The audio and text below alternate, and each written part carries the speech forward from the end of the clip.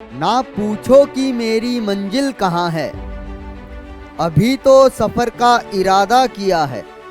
ना हारूंगा हौसला उम्र भर, ये मैंने किसी से नहीं खुद से वादा किया है। हेलो हेलो हेलो प्यारे बच्चों, क्या हाल चाल? बढ़िया, मस्त, जबरदस्त। तो सबसे पहले तो आप सभी प्यारे बच्चों को हैप्पी न्यू ईयर। बेटा ये नया साल मैं भगवान से उम्मीद करूंगा आपके लिए सारी खुशियां लेकर आए। जो जो सपने आपने सजोए हैं, जो सपने आपने देखे हैं, वो सब आपके पूरा हो। भगवान आपको इतनी हिम्मत दे कि आप लगातार मेहनत करते रहें और जीवन में किसी भी पड़ाव पर हार ना माने। ये तो हुई जी मेरी दुआएं। अब मेरी आप लोगों से एक्सपेक्टेशंस क्या हैं, उस पे और थोड़ा गौर कर लीजिए।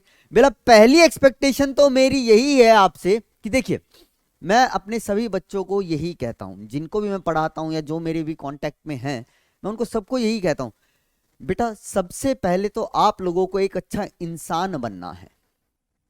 पढ़ाई मेरे लिए बाद की बातें हैं। मैं सिंपली ये कहता हूं कि भैया सबसे पहले एक अच्छे इंसान बनिए। आपको पहले इस बात से कोई जज नहीं करेगा कि आप कितने पढ़े लिखे हैं, आपने किस आईआईटी से आप लोगों ने डिग्री ली है, कोई मैटर नहीं करता है। अगर आप अच्छे इंसान नहीं हैं, आप कितना भी पढ़ जाएं, कितना भी कुछ अचीव कर लें, तो बेटा इज्जत उस समय आपकी नहीं होगी, जो आपने अचीवमेंट्स की है ना उनकी होगी। अगर आप लिटरली ये चाहते हैं, वास्तविकता में ये चाहते हैं कि इज्जत आपकी हो, लोग आपसे आके मिलें और वो ये कहें कि भैया इंसान तो यही है। आपने देखा होगा ना, कई बार होते हैं इंसान पढ़े लिखे होते हैं लेकिन बोलने का ढंग ही नहीं होता है, इज्जत से कैसे बात करते हैं किसी से उन्हें ये पता ही नहीं होता है। और कुछ लोग ऐसे होते हैं कम पढ़े लिखे, लेकिन जब बात करने के ढंग की आती है तो भैया उनसे अच्छी बात कोई भी नहीं कर पाता। दूसरों को इज्जत कैसे देनी है, किस तरीके से हैंडल करना है, वो बहुत अच्छे से जानते हैं। तो बच्चे आज कमी हमारे समाज में पता किस चीज की? अच्छे इंसानों की कमी है। पढ़ा लिखा हर कोई है लेकिन अच्छे इंसान नहीं मिल रहे हैं। तो सबसे पहले अच्छे इंसान बनिए। अब आप कोई सर अच्छे इंसान की डेफिनेशन क्या मानते हैं आप? भैया मेरे लिए सिंपल सी डेफिनेशन है। क्या डेफिनेशन है? किसी का दिल मत दुखाओ, सबकी इज्जत करो। अगर आप ये चाहते हैं कि आपकी कोई इंसल्ट ना करे, आपकी कोई बेइज्जती ना करे, तो भैया दूसरे लोग भी आपसे यही एक्सपेक्ट करते हैं। इज्जत से बात कीजिए, सबसे रिगार्ड दीजिए। अपने माता पिता, आपसे जो भी बड़े हैं सबको इज्जत से बात कीजिए। जो आपसे छोटे हैं उनसे प्यार से बात कीजिए। यही है जी मेरे लिए अच्छा इंसान। बस अगर आपके अंदर ये क्वालिटीज है ना बेटा, तो यकीन मानिए, यकीन मानिए आप लोगों को इतना स्नेह और प्रेम मिलेगा दूसरों से, इतनी दुआएं देंगे वो आपको, दुआएं कहीं ना कहीं आपके काम में जरूर आएंगी। तो मैं भगवान से यही प्रार्थना करूंगा कि आप सभी बच्चे अच्छे इंसान बने। सबसे पहले अपने जो क्या है बेसिक्स है ना बेटा, जो रूट्स हैं हमारी, जो हमारे संस्कार हैं, उनसे कभी भी दूर मत जाइएगा। मुझे लगा ये बातें बोलनी चाहिए, मैं बहुत टाइम से बोलना भी चाह रहा था ये, क्योंकि जहां पे मैं पहली क्लास लेने जाता हूं बेटा, हमेशा मेरी पहले यही बातें रहती हैं। आप लोगों से इतना रूबरू होने का समय नहीं मिला, ठीक है, लेकिन आज मैंने सोचा कोई बात नहीं, आज तो ये बातें बनती हैं, ठीक है। बाकी खुश रहो बेटा, मस्ती कीजिए, लेकिन पढ़ाई के टाइम पढ़ाई कीजिए, जो समय है उसके अनुसार कार्य कीजिए अभी, ठीक है। चलो चलो, तो भैया आज हम पढ़ेंगे नए साल में हमारा क्या बेटा, लेक्चर नंबर 5। किसका lecture number 5 sir? Chemical bonding का। अब थोड़ा सा बता देता हूं, आप भी नए साल की मस्ती में रहे होगे कि भी हमने पिछले लेक्चर में क्या किया था। बेटा हमारा टॉपिक चल रहा था कौन से वाला? ओवरलैपिंग का। हम ओवरलैपिंग के बारे में पढ़ रहे थे कि जो हमारे ऑर्बिटल्स होते हैं वो कैसे ओवरलैप करते हैं, क्या क्या कंडीशन है ओवरलैपिंग करने के लिए, ये हमने देख लिया था। कौन से ऑर्बिटल ओवरलैप करके सिग्मा बॉन्ड बनाएंगे, कौन से हमारे पाई बॉन्ड बनाएंगे, हम इसकी बातें कर रहे थे। ठीक है। और हम ये देख रहे थे पिछली क्लास के अंदर कि अगर दो ऑर्बिटल्स हमें गिवन है और हमसे ये पूछता है कि ये दो ऑर्बिटल किस एक्सिस से आके ओवरलैप करें कि ये हमारा सिग्मा बॉन्ड बनाएंगे, या किस एक्सिस से आएंगे और ओवरलैप करें कि हमारा पाई बॉन्ड बना दें। तो इंटर न्यूक्लियर एक्सिस की बातें चल रही थी हमारे पास, ठीक है। तो उसी को कंटिन्यू करेंगे बेटा आज हम किसके बारे में पढ़ेंगे बेटा? ओवरलैपिंग के ही बारे में ही पढ़ेंगे, ठीक है। ओवरलैपिंग के बारे में पढ़ेंगे, ठीक। इसके बाद आज हम एक चीज पढ़ेंगे बेटा, क्या वो होगा जो हमारे पास, क्या? कोवैलेंसी। कि कोवैलेंसी क्या होती है, किसी भी एलिमेंट की कोवैलेंसी को कैसे निकाल सकते हैं, ये सब हम जानेंगे बेटा आज इस लेक्चर के अंदर। तो बहुत ही ध्यान से सुनना, बहुत ही बेसिक बातें होंगी। एक बार ये बेसिक सारी कंप्लीट हो गई, उसके बाद बेटा केमिकल बॉन्डिंग में आग लग जाएगी। आग लगने का मतलब फिर हम पेस पकड़ लेंगे थोड़ा सा। जो आप लोग पढ़ते हो ना इसके अंदर, जो आपको लगता है कि मेन पार्ट है बेटा, ये बहुत इंपॉर्टेंट पार्ट है ओवरलैपिंग। अगर ये ओवरलैपिंग क्लियर है ना, आगे फिर जो चीजें हम पढ़ेंगे, जैसे हम वीबीटी के बारे में पढ़ेंगे, वेस्पर थ्योरी के बारे में पढ़ेंगे, एमओटी के बारे में पढ़ेंगे, तो आपको वो चीजें बहुत अच्छे से समझ में आ जाएंगी अगर आपने ओवरलैपिंग को अच्छे से समझ लिया और जान लिया, ठीक है। तो ओवरलैपिंग का जब से हमारा टॉपिक चल रहा है, उसके सभी लेक्चर्स बहुत अच्छे से सुनिएगा और समझिएगा। आई बात समझ में? चलो तो चलिए स्टार्ट करते हैं बेटा आज जहां पे हमने अपना पिछला लेक्चर छोड़ा था, ठीक है। तो हमने ये देख लिया था कि हमारे सिग्मा बॉन्ड कौन से ऑर्बिटल बनाते हैं, किस एक्सिस से आके बनाते हैं, और हम बात कर रहे थे पाई बॉन्ड फॉर्मेशन की, ठीक है। तो इसके अंदर आज हम जो नेक्स्ट केस करने वाले हैं बेटा वो क्या है, मान लीजिए हमारे पास एक पीजेड नहीं, मेरे ख्याल से पीवाई भी नहीं हुआ था, पीवाई ऑर्बिटल है। ये किससे करता है बेटा? डीएक्सवाई से। ये दो ऑर्बिटल मेरे क्या कर रहे हैं बेटा? कंबाइन कर रहे हैं। और मुझे यहां पे बनाना क्या है? पाई बॉन्ड बनाना है बच्चे। मतलब इन दोनों ऑर्बिटल्स की ओवरलैपिंग से मुझे क्या बनाना है? पाई बॉन्ड बनाना है। तो अब आपको यह बताना है मुझे कि सर किस एक्सिस से ये आके मेरा ओवरलैप करे कि पाई बॉन्ड बन जाए। अब आपके दिमाग में आना चाहिए कि सर पाई बॉन्ड बनाने के लिए साइडवेज ओवरलैपिंग होनी चाहिए। क्या होनी चाहिए बेटा? साइडवेज या फिर लेटरल ओवरलैपिंग होनी चाहिए। मान लीजिए ये क्या है हमारे पास? वाई एक्सिस है, इस पे पी वाई है मेरे पास ऑर्बिटल, ठीक है। और यहां पे क्या है बेटा? डीएक्सवाई। डीएक्सवाई इस तरीके से आएगा, मतलब चार लोब होंगे ना, इस तरह क्रॉस समझ लिए, यहां पे क्रॉस है मेरे पास। आज मैं पेन नहीं लाया बेटा, वरना समझाता अच्छे से।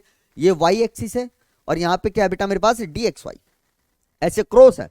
अब देखो बेटा, एक्स एक्सिस ऐसे होता है, ऐसे, वाई एक्सिस ऐसे होता है और जेड ऐसे है। इसको थोड़ा 3D समझना, ठीक। अगर बेटा मैं उस क्रॉस को एक्स एक्सिस से लेकर आऊंगा तो क्या होगा बेटा? यहां पे जो दो ऑर्बिटल्स होंगे या बोलूं दो लोब्स होंगे, वो क्या कर पाएंगे बेटा इसके साथ? साइडवेज ओवरलैपिंग कर पाएंगे। हाँ जी सर, कर देंगे। अगर ये वाई एक्सिस से आएगा, नीचे क्रॉस समझ लो इसके, अब ये यहां पे है और नीचे क्रॉस है, अगर नीचे से क्रॉस ऊपर की तरफ आएगा तो क्या कोई ओवरलैपिंग हो पाएगी? नहीं हो पाएगी, नहीं हो पाएगी सर, ठीक है। अगर जेड एक्सिस से वो क्रॉस आएगा, क्या तब कोई ओवरलैपिंग हो पाएगी? नहीं हो पाएगी। और इसका तरीका मैंने तुम्हें पिछली क्लास में बताया था कि अगर मेरे पास एक पी ऑर्बिटल है और एक डी ऑर्बिटल है और उनकी ओवरलैपिंग से मुझे क्या बनाना है? पाई बॉन्ड बनाना है। तो तुम्हें बेटा इंटरन्यूक्लियर एक्सिस डिसाइड करना हो कि भैया वो दो ऑर्बिटल किस इंटरन्यूक्लियर एक्सिस से आके ओवरलैप करें कि पाई बॉन्ड बन जाए। तो तुम्हें क्या करना है? जो कॉमन होता है ना हमारे पास, क्या होता है बेटा? जो कॉमन एक्सिस होता है, देखो यहां पे वाई, यहां पे वाई, उसको छोड़ दो, जो मेरा बच जाएगा एक्सिस, अगर उस एक्सिस से आएगा तो मेरे पास क्या होगा बेटा? वहां पे हमेशा पाई बॉन्ड फॉर्मेशन होगी। तो मैं क्या बोल सकता हूं? एक्स एक्सिस से आए, मेरे पास पाई बॉन्ड बन जाएगा। अब इसको डायग्रामेटिकली समझ लो। ये मेरे पास पी वाई है बच्चे, देखो ये पी वाई है, देखो ये वाई एक्सिस के ऊपर मान लिया मैंने इस तरीके से, ये है वाई। और यहां पे क्या बेटा मेरे पास? डीएक्सवाई। तो डीएक्सवाई को मैं इस तरीके से दिखा दूं? हाँ जी सर, दिखा दीजिए, आपकी मर्जी है, ये फूल पत्तियां बनाते रहते हो बस भैया, ठीक है। ये टेढ़ी मेढ़ी हो गए हैं, लेकिन समझ जाना ये इक्वल लोब है सारे। ये एक्स वाई, ये एक्स एक्सिस, ये वाई एक्सिस, इन दोनों को ऐड कर रहा हूं बेटा। तो भैया आप खुद समझो ये मेरा y है, ये क्रॉस बन गया एक तरीके का। जब ये x एक्सिस के अलोंग आएगा तो क्या होगा बेटा, ये वाला लोब इससे ओवरलैप करेगा और ये वाला लोब इससे ओवरलैप करेगा, तो साइडवेज ओवरलैपिंग हुई। तो साइडवेज ओवरलैपिंग होगी तो बेटा उसको मैं कुछ इस तरीके से दिखा दूं। देखो आप कहोगे सर दिखाओ दिखाओ, आपकी मर्जी है, मेरी मर्जी नहीं है भैया, केमिस्ट्री इसी तरीके से चलती है। तो ये हो गई साइडवेज ओवरलैपिंग, कौन से एक्सिस से आते हुए, एक्स एक्सिस से आते हुए ना। तो बेटा ये क्या बन गया हमारे पास, पाई बॉन्ड बन गया। अब इसको ऐसे भी समझ लो, मैं तुम्हें बता देता हूं कि सर ये वाई एक्सिस से आता तो क्या होता। देखो देखो ठीक है, एक मिनट,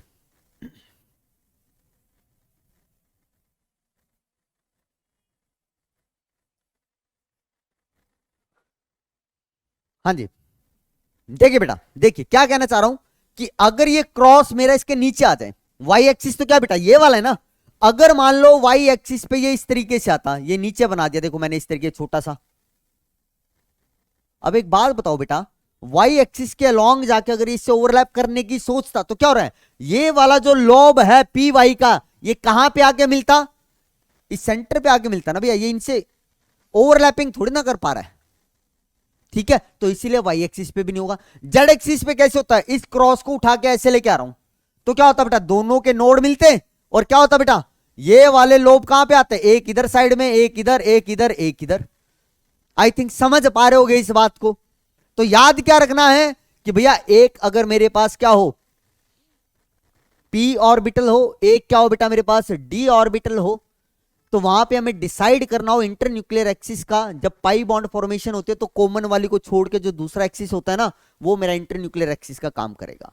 जैसे और बता देता हूं, देखो अगर मैं अब यहां पे नेक्स्ट केस कौन सा लूं बेटा, पी वाई का ले रहा हूं, किसके साथ, डी डी वाई जेड के साथ, पी वाई का डी वाई जेड। तो कॉमन क्या है बेटा, यहां पे वाई है, तो जो अलग है वो एक्सिस क्या होगी मेरी, इंटरन्यूक्लियर एक्सिस, और यहां पे क्या बनेगा, पाई बॉन्ड बनेगा। अगर मैं पी वाई को करवाता हूं किससे, डी एक्स जेड से, किससे बेटा, डी एक्स जेड से, तो भैया दोनों में से कोई कॉमन नहीं है। ये देखो अभी अभी तो क्या, जब पी वाई एक्स एक्सिस से आएगा तो पाई बॉन्ड बन रहा है, पी वाई जब जेड एक्सिस से आएगा तब भी क्या बन रहा है, पाई। तो भैया ये दोनों ही अलग हो गए मेरे पास, तो मैं क्या बोलूं, या एक्स से आए चाहे जेड से आए, तो हमारे पास क्या बनेगा बेटा, यहां पे पाई बॉन्ड ही बनेगा। अब डायरेक्ट बता दिया, बस तरीका याद रखना है। मैं फिर बोल रहा हूं बेटा, ये जो मैं टेबल बनवा रहा हूं इनको बहुत सोच के करना, रट्टा मत मारना, सोचना कि भैया कैसे होगी ये चीजें। एक बार अगर ये चीजें तुमने माइंड में इमेजिन कर ली ना, तो फिर कभी नहीं भूलोगे इसके अंदर, फिर ये तरीके भी तुम्हें याद रहेंगे। आई बात समझ में। सिमिलरली मैं किसके लिए कर सकता हूं बेटा, अब पी जेड को करवाओ एक बार किससे, एक्स वाई से, पी जेड को करवाया एक बार किससे, डी जेड एक्स से, पी जेड को एक बार और करवाया किससे बेटा, पॉजिटिव का साइन है बेटा ये, किससे, डी वाई जेड से। तो करना क्या है, कॉमन वाली को छोड़ दो, जो अलग हो वो एक्सिस क्या होगा, इंटरन्यूक्लियर एक्सिस, और वहां पे पाई बॉन्ड बनेगा। तो देख लो कॉमन कोई भी नहीं है तो एक्स और वाई, तो पाई बॉन्ड। यहां पे कॉमन क्या हो जाएगा, एक्स एक्सिस हो जाएगा बेटा, देखो डिफरेंट जेड है ना कॉमन, तो यहां पे क्या होगा, पाई बॉन्ड। यहां पे क्या हो जाएगा, वाई एक्सिस, और ये क्या हो जाएगा बेटा मेरे पास, पाई बॉन्ड। बोलो बात समझ में आई। ठीक है, तो बेटा पाई बॉन्ड कैसे बनेगा ये हमने देख लिया। जब कौन कर रहा है बेटा, देखो पीपी वाले केस हमने कर लिए थे, पी और डी वाले केस हमने कर लिए पाई बॉन्ड के अंदर। अब कौन से बचे हैं, जब दो डी ऑर्बिटल्स आपस में क्या करेंगे बेटा, कंबाइन करेंगे, तो वहां पे पाई बॉन्ड फॉर्मेशन के लिए कौन सा इंटरन्यूक्लियर एक्सिस होगा, वो चीज हमें देखनी है। ठीक है, ठीक है जी, देखते हैं आगे चलो। तो कुछ और केसेस बचे उनको और देखते हैं। अब क्या कर रहे हैं बेटा, अब मान लो हमारा dxy है, ये दूसरे dxy से क्या कर रहा है बेटा, ओवरलैप कर रहा है। समझना जी बस, ठीक है, बड़ा आसान है। एक केस समझा दूंगा, फिर डायरेक्ट कैसे निकालते हैं वो चीज समझा दूंगा तुम्हें। ठीक है, एक केस तुम्हें अच्छे से समझा देता हूं। तो देखो उसके लिए जगह मैंने यहां पे छोड़ी है। अब मान लो बच्चे ये dxy है, ये dxy है मेरे पास, एक दूसरा dxy ये है, ठीक है, ये y, ये x, ये y, ये x। अब मुझे करना क्या है, यहां पे पाई बॉन्ड फॉर्मेशन करनी है। क्या करनी है बेटा, पाई बॉन्ड। तो भैया देखो, अब ये वाला ऑर्बिटल और ये वाला ऑर्बिटल साइडवेज ओवरलैपिंग करेंगे ना, तो अगर ये दोनों एज इट इज आके मिल जाए तो क्या होगा, ये वाला इसके साथ ओवरलैप कर जाएगा, ये वाला इसके साथ, साइडवेज ओवरलैपिंग तो होगी। और कौन से एक्सिस पे हो रही है, एक्स एक्सिस के ऊपर हो रही है सर। ठीक है, अगर मैं इसको उठा के नीचे की तरफ ले आऊं तो नीचे इसको ऐसे दिखा सकता हूं बच्चे, देखो नीचे इसको ऐसे दिखा दूं, ये वाई एक्सिस के ऊपर आ गया। हाँ जी सर, वाई एक्सिस के ऊपर आ गया। जब मैं इसको ऊपर लेके जाऊंगा वाई एक्सिस के अलोंग, तो कौन कौन ओवरलैप करेंगे बेटा, तब ये इससे कर जाएगा और ये वाला इससे कर जाएगा। तब भी तो साइडवेज ओवरलैपिंग चल रही है, बोलो चल रही है ना। और अभी मैं पाई बॉन्ड की बात कर रहा हूं। ठीक है, मैंने बताया था ना, जो डी ऑर्बिटल है ये दो टाइप के बॉन्ड बना सकते हैं बेटा, पाई बॉन्ड भी और डेल्टा बॉन्ड भी। ठीक है, तो ये मैंने बताया था कि भी पाई बॉन्ड किस कंडीशन में बनेगा और डेल्टा बॉन्ड कैसे ओवरलैपिंग से बनेगा। ठीक है, तो ये पाई बॉन्ड वाली ओवरलैपिंग चल रही है। तो क्या होगा बेटा, अगर मेरा डी एक्स वाई चाहे एक्स एक्सिस से आए चाहे वाई एक्सिस से आए, क्या बनेगा हमारे पास, पाई बॉन्ड बन जाएगा। तो मैं क्या बोल सकता हूं, यहां पे इंटर न्यूक्लियर एक्सिस जो है वो क्या हो सकती है, एक्स भी हो सकती है और वाई भी हो सकती है, और क्या बॉन्ड बनेगा, पाई बॉन्ड बनेगा। तो जब दो डी ऑर्बिटल आपस में कंबाइन करके पाई बॉन्ड बनाएंगे, तो जो दो एक्सिस हमें दिखाई दे रही होंगी वहां पे, वही क्या होंगी बच्चे, हमारी इंटर न्यूक्लियर एक्सिस होंगी। ठीक है, चलो फिर नेक्स्ट क्या, अब मान लो जी मैंने लिख दिया डी वाई जेड और डी वाई जेड। ठीक है सर, तो यहां पे मुझे कौन सी एक्सिस दिखाई दे रही है, वाई और जेड। तो आप क्या कहोगे सर, वाई और जेड के अलोंग मैं इसे ले आऊं तो क्या बन जाएगा, पाई बॉन्ड बन जाएगा। ऐसे ही क्या बात कर सकते हैं, डी जेड एक्स और डी जेड एक्स। तो यहां पे क्या करो, या तो एक्स के अलोंग ले आओ चाहे जेड के अलोंग ले आओ, तब भी क्या बन जाएगा, पाई बॉन्ड बन जाएगा सर हमारे पास। समझ रहे हो इस बात को। ठीक है, तो डी ऑर्बिटल्स में ये क्या याद रखना बेटा, जो एक्सिस दिखाई देंगी उन्हीं के अलोंग आके ओवरलैपिंग करेंगे तो पाई बॉन्ड बनेगा। ये चीज लिख लेना नोट्स के अंदर, कभी कहो कि सर ने नहीं लिखी तो हम भी नहीं लिखेंगे। ये जो छोटी छोटी ट्रिक बोल रहा हूं बेटा, ठीक है, ये लिख लेना, खुद से पॉज करना और लिखना ये चीज जो मैं बोल रहा हूं। आई बात समझ में। तो भैया ये वाले केस हुए, बोलो। ठीक है, और बोलो सर, और बताओ हमें। तो चलो देखो भैया देखो अब क्या बचा बेटा, देखो पाई बॉन्ड के सारे बन चुके हैं, पाई बॉन्ड वाले सारी चीजें बन चुकी हैं मेरे पास। ठीक है, अब बात करते हैं डेल्टा बॉन्ड की। देखो मैंने क्या बोला था, एक्स और वाई के अलोंग आएगा तो यहां पाई बना, वाई जेड जब वाई जेड के अलोंग आएगा तो वो पाई बनेगा। लेकिन मैंने यहां पे तीसरे एक्सिस पे बात नहीं की। यहां पे कौन सा एक्सिस बचा, तीसरा, जेड एक्सिस की। जेड एक्सिस के अलोंग आता तो क्या होता, यहां पे अगर मैं बात करता एक्स एक्सिस के अलोंग आते तो क्या होता, और यहां पे मैंने वाई एक्सिस के अलोंग बात नहीं की। ठीक है, अब जो एक्सिस यहां पे बच गए हैं ना बेटा, अगर उनके अलोंग आके ये सारे ऑर्बिटल ओवरलैप करते हैं आपस में, तो वहां पे क्या बनेगा बेटा, हमारे पास डेल्टा बॉन्ड बनेगा। कहने का मतलब इस तरीके से, dxy प्लस dxy, अब जो एक्सिस दिखाई नहीं दे रहा उसके अलोंग आते हैं तो क्या बनेगा बेटा, डेल्टा बॉन्ड बनेगा। जैसे इसी का एग्जांपल लो, ये xy है, dxy है। अब इस क्रॉस को उठा के मैं ऐसे लेके आ रहा हूं तो क्या होगा बेटा, ये चारों पत्तियां इन चारों पत्तियों के ऊपर आ जाएगी। ऐसे समझ लो, क्रॉस के ऊपर क्रॉस ही आ जाएगा जी। ठीक है, इसके ऊपर ये वाला पार्ट आ जाएगा, इसके ऊपर ये वाला आएगा, इसके ऊपर ये वाला, इसके ऊपर ये वाला, जब जेड एक्सिस के अलोंग आऊंगा। और जब चारों लोब डी के क्या करते हैं, आपस में ओवरलैप करते हैं ना, एक दूसरे के ऊपर आ जाते हैं, तो वो जो वहां पे बॉन्ड बनेगा उसको हम क्या बोलेंगे बेटा, डेल्टा बॉन्ड बनेंगे। क्या बोलेंगे बेटा, डेल्टा बॉन्ड बोलेंगे। ठीक है, इसी तरीके से हम क्या बोल सकते हैं कि हमारे पास सर जो डी वाई जेड और डी वाई जेड है ना, ये अगर एक्स एक्सिस के अलोंग आएगा तो यहां पे डेल्टा बॉन्ड बनेगा। और हमारे पास क्या बेटा, डी जेड एक्स, तो यहां पे कौन सा एक्सिस नहीं दिख रहा, वाई नहीं दिख रहा सर, तो यहां पे डेल्टा बॉन्ड बनेगा। यहां पे क्या बनेगा बेटा, डेल्टा बॉन्ड बनेगा।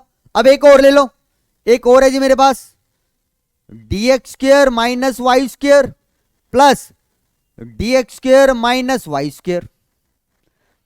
तो अब यहां पे बताओ जी, डेल्टा बॉन्ड बनाने के लिए क्या कंडीशन होनी चाहिए?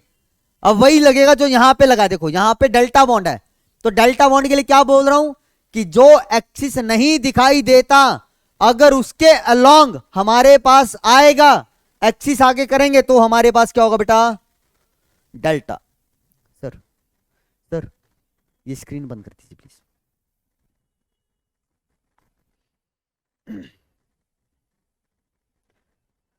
चलिए चलिए चलिए चलिए जी, ठीक है। तो बेटा डेल्टा बॉन्ड के ये 4 केसेस आपको याद रखने हैं, ठीक है। कैसे बना, देखो ये इंटरन्यूक्लियर एक्सिस के ऊपर बेटा क्वेश्चन आ जाएगा, फ्रेम हो सकता है। जेई मेंस लेवल तक का तो यहां से फ्रेम हो सकती है, मैं नहीं मानता कि ये एडवांस लेवल का कॉन्सेप्ट है, लेकिन जेई मेन लेवल का क्वेश्चन यहां पे फ्रेम हो जाएगा। अब कैसे फ्रेम होगा वो मैं तुम्हें बता चुका हूं, एक बार फिर बता देता हूं। तुम्हें कहेगा dz(x) plus dz(x) form pi bond when it comes and overlap along which axis, कि भैया dz(x) और dz(x) पाई बॉन्ड बनाएंगे जब हमारे पास इंटरन्यूक्लियर एक्सिस क्या होगा? x axis, y axis, z axis, या नन ऑफ दिस या ऑल ऑफ दिस, कुछ भी। तब तुम्हें पता होना चाहिए कि सर ये इंटरन्यूक्लियर एक्सिस कैसे निकालते हैं हम, कब? जब y को लेंगे, मतलब y पे आएगा तो यहां पे पाई बॉन्ड बनेगा या डेल्टा बनेगा, कैसे निकालते हैं ये तरीके मैंने तुम्हें बता दिए। अब तुम्हें करना क्या है इनके लिए, जो मैंने ये टेबल बनवाई है ना बेटा तुमसे, ये जो टेबल मैंने तुमसे बनवाई है, तुम करना क्या, अलग से कॉपी उठाना और उसके ऊपर ये जितने भी ऑर्बिटल्स हैं ये लिख लेना, ठीक है। इंटरन्यूक्लियर एक्सिस और बॉन्ड वाला कॉलम खाली छोड़ देना, और फिर खुद से बैठ के देखना कि क्या तुम ये इंटरन्यूक्लियर एक्सिस निकाल पा रहे हो, कि भैया जैसे dxy से मुझे पाई बॉन्ड बनवाना है तो इंटरन्यूक्लियर एक्सिस क्या होगा, सिग्मा बॉन्ड बनवाना है तो इंटरन्यूक्लियर एक्सिस क्या होगा। समझ में आई बात? हाँ जी, क्लियर है बेटा? तो भैया कॉन्क्लूजन क्या है, देखो कॉन्क्लूजन के लिए मैं ये बोल सकता हूं, भैया अगर मुझे सिग्मा बॉन्ड बनवाना है तो मेरे पास सिग्मा बॉन्ड बनाने के लिए ओवरलैपिंग कैसी होनी चाहिए? आप कहोगे sir head to head overlapping होनी चाहिए, ये मैंने बताया था ना, हेड टू हेड बोलो, एक्सियल बोलो, कोएक्सियल बोलो, मतलब आमने सामने की टक्कर होनी चाहिए जी। इसके लिए जोरदार जो टक्कर होती है वही सिग्मा बॉन्ड बनाती है, तो भैया हेड टू हेड ओवरलैपिंग होनी चाहिए, पहली बात। दूसरा, कौन कौन से ऑर्बिटल हमारे सिग्मा बॉन्ड में पार्टिसिपेट कर सकते हैं? सारे s ऑर्बिटल। भैया s ऑर्बिटल का तो केस तुमने सिर्फ पढ़ाई का है, सिग्मा बॉन्ड में s चाहे p के साथ मिल जाए, s चाहे दूसरे s के साथ मिल जाए, तब हमेशा सिग्मा बॉन्ड बनेगा, ठीक है। और कौन से ऑर्बिटल आ सकते हैं यहां पे? सर p ऑर्बिटल्स भी आ सकते हैं, p ऑर्बिटल भी तो सिग्मा बॉन्ड बनाते हैं, हाँ या ना? बोलो जी, बनाते हैं ना? हाँ जी सर बनाएंगे। और कौन सा आ सकता है? आप कहोगे सर मेरे पास d ऑर्बिटल भी आ सकता है, और d ऑर्बिटल में भी कौन सा बेटा? dz²। याद करो पिछले लेक्चर में मैंने तुम्हें एक स्पेशल केस बताया था कि pz dz² के साथ हेड ऑन ओवरलैपिंग करके z एक्सिस के अलोंग क्या बना सकता है हमारा? सिग्मा बॉन्ड बना सकता है। सिर्फ एक यही d ऑर्बिटल है जो सिग्मा बॉन्ड में पार्टिसिपेट कर पाता है। बोलो समझ में आई बात? क्लियर है ना ये बात? तो हाँ जी सर क्लियर है। चलो आओ फिर देखो जी, तो ये सिग्मा बॉन्ड के लिए हुआ। ऐसे ही बेटा मैं पाई बॉन्ड के लिए लिख सकता हूं, ऐसे ही बेटा मैं पाई बॉन्ड के लिए। पाई बॉन्ड कैसे बनता है बेटा? आप कहोगे सर ये साइडवेज ओवरलैपिंग से बनता है। किससे बनता है बेटा? साइडवेज ओवरलैपिंग से बनेगा सर ये तो हमारे पास, ठीक है। और कौन कौन से ऑर्बिटल पार्टिसिपेट करते हैं? p and d orbital participate करेंगे। p एंड d ऑर्बिटल क्या करेंगे बेटा? यहां पे इसके अंदर पार्टिसिपेट करने वाले हैं। बोलो जी क्लियर है बात? ठीक है, तो इतना अभी तक हमने यहां पे पढ़ा, ठीक है। अब एक बार मैं तुम्हें क्या बता देता हूं कि हमने 2 टाइप के बॉन्ड पढ़े बेटा, सिग्मा बॉन्ड और पाई बॉन्ड। और ये दोनों ही बॉन्ड क्या बता रहे हैं बेटा? हम कोवलेंट हैं, क्योंकि कोवलेंट बॉन्ड की तो बातें चल रही थी यहां पे। अभी तक हमने कोवलेंट बॉन्ड की डिटेल स्टडी कर रहे हैं बेटा, ये कोवलेंट बॉन्ड के बारे में ही चल रहा है सारा, ओवरलैपिंग। आई बात समझ में? तो कंफ्यूजन में मत आना कि सर ये ओवरलैपिंग से कौन सा बॉन्ड बन रहा है हमारे पास, क्योंकि ओवरलैपिंग के लिए मैंने कंडीशन भी बताई थी, अनपेयर्ड इलेक्ट्रॉन होना चाहिए विद अपोजिट स्पिन, फिर आके ओवरलैप कर जाते हैं और ओवरलैपिंग एरिया के अंदर ही क्या होते हैं, पेयर्ड इलेक्ट्रॉन बन जाते हैं जो दोनों ही एटम शेयर करते हैं। ठीक है, अब हम क्या करते हैं बेटा, एक बार सिग्मा बॉन्ड और पाई बॉन्ड के अंदर क्या देख लेते हैं, डिफरेंस देख लेते हैं। सिग्मा बॉन्ड की बात चल रही है बेटा यहां, और इस तरफ लिख देता हूं क्या, पाई बॉन्ड। चलो जी, चलो एक एक करके बोलते रहो, खुद ब खुद लिखते रहो, आपको पता है ये सारी बातें। ठीक है, एक एक करके लिख लेते हैं। पहला, भैया सिग्मा बॉन्ड कौन सी ओवरलैपिंग से बनेगा, तो आप कहोगे सर हेड ऑन ओवरलैपिंग से या फिर हेड टू हेड ओवरलैपिंग से बनेगा सर। ठीक है, पाई बॉन्ड कौन से ओवरलैपिंग से बनता है, आप कहोगे सर ये बनता है हमारा किससे, साइडवेज ओवरलैपिंग से। चलो सर बहुत बढ़िया, ये साइडवेज ओवरलैपिंग से बनेगा। और बोलो सर, और बोलो। चलो भाई ठीक है, दूसरे की बात करते हैं बेटा। अब बताइए हेड ऑन ओवरलैपिंग ज्यादा स्ट्रॉन्ग ओवरलैपिंग होती है या साइडवेज? तो मैंने बताया था टक्कर जोरदार है, ये टक्कर जोरदार है, और जो साइड से टकराते हैं वो टक्कर क्या है बेटा मेरे पास, वीक होती है। तो भैया मैं क्या बोलूंगा, हेड ऑन ओवरलैपिंग क्या होती है, स्ट्रॉन्ग ओवरलैपिंग होती है। जितनी ज्यादा ओवरलैपिंग होती है बॉन्ड उतना ज्यादा स्ट्रॉन्ग बनता है। इसका डिस्कशन हम कर चुके हैं पीछे कि ओवरलैपिंग ज्यादा, बॉन्ड की स्ट्रेंथ भी ज्यादा। तो हम क्या बोलेंगे बेटा, सिग्मा बॉन्ड क्या होता है मेरे पास, स्ट्रॉन्ग होता है। किसके कंपैरिजन में, पाई बॉन्ड कंपैरेटिवली बोल रहा हूं। सेकंड ये क्या होता है बेटा मेरे पास, वीक होता है। क्यों, क्योंकि साइडवेज ओवरलैपिंग से बन रहा है हमारे पास ये। बात समझ में? ठीक है, चलो सर तीसरा बोलो सर। यहां पे बेटा फ्री रोटेशन हो सकती है, सिग्मा बॉन्ड के अराउंड क्या हो सकता है बेटा, फ्री रोटेशन। क्यों, क्योंकि सर सिग्मा बॉन्ड जो हेड ऑन ओवरलैपिंग से बनता है। मान लो ऐसे आके ऑर्बिटल ओवरलैप कर गए, ये हेड ऑन ओवरलैपिंग हो रही है। तो भैया अगर मान लो मैंने इस बॉन्ड को फिक्स रखा, इस वाले पार्ट को फिक्स रखा, तो मैं इसको क्या कर सकता हूं, रोटेट कर सकता हूं। इसको ऐसे समझो ना कि भैया दो एटम्स के बीच में ये देखो ये सिग्मा बॉन्ड बना हुआ, ये दो एटम है, मैंने इस एटम को फिक्स रखा जिसको मैं हिला रहा हूं, ये फिक्स है, तो इसको मैं रोटेट कर सकता हूं यहाँ पे सिंगल बॉन्ड के अराउंड। हाँ जी सर, फ्री रोटेट कर, देखो ये तो फिक्स हो गया, रोटेशन में कोई दिक्कत नहीं हो रही है। ये क्या करेगा बेटा, इजिली रोटेट। तो हम क्या बोल रहे हैं, सिग्मा बॉन्ड के अंदर क्या होती है बेटा, फ्री रोटेशन होती है। लेकिन यहां पे क्या बोलेंगे बेटा, no free rotation, no free rotation. क्यों नहीं होती फ्री रोटेशन, क्योंकि भैया यहां पे जो हमारे पास पाई बॉन्ड बनता है साइडवेज ओवरलैपिंग से, कैसे बनेगा, ये लोब है, ऊपर वाले लोब आपस में जुड़ गए, नीचे वाले लोब आपस में जुड़ गए। अब अगर मैं इनको क्या करूंगा, रोटेट करने की, तो दोनों ही रोटेट करेंगे इकट्ठे।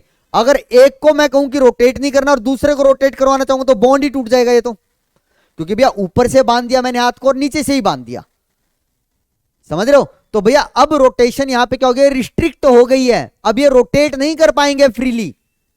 ठीक है, तो इसीलिए क्या बोलते हैं, यहां पे कोई फ्री रोटेशन नहीं होती पाई बॉन्ड के अराउंड, यहां पे फ्री रोटेशन हो जाती है।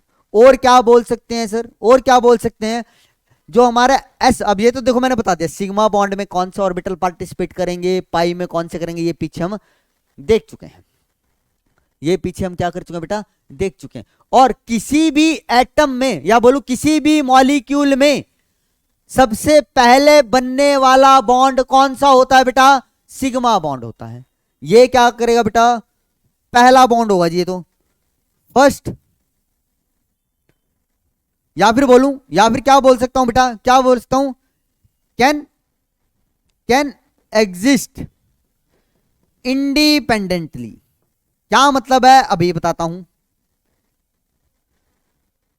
क्या कहा भैया, जो सिग्मा बॉन्ड है वो इंडिपेंडेंटली एग्जिस्ट कर सकता है। कहने का मतलब एक मॉलिक्यूल है उसमें सिर्फ सिग्मा बॉन्ड है, पाई बॉन्ड नहीं है। तो भैया इस सिग्मा बॉन्ड को एग्जिस्ट करने के लिए पाई बॉन्ड के सहारे की जरूरत नहीं है। ये क्या कहता है कि भैया मैं तो स्ट्रॉन्ग बॉन्ड हूं, मैं अकेला रह सकता हूं, मुझे पाई बॉन्ड के सहारे की जरूरत नहीं है। अगर आएगा तब भी ठीक, ना भी आए तो भी ठीक मेरे लिए।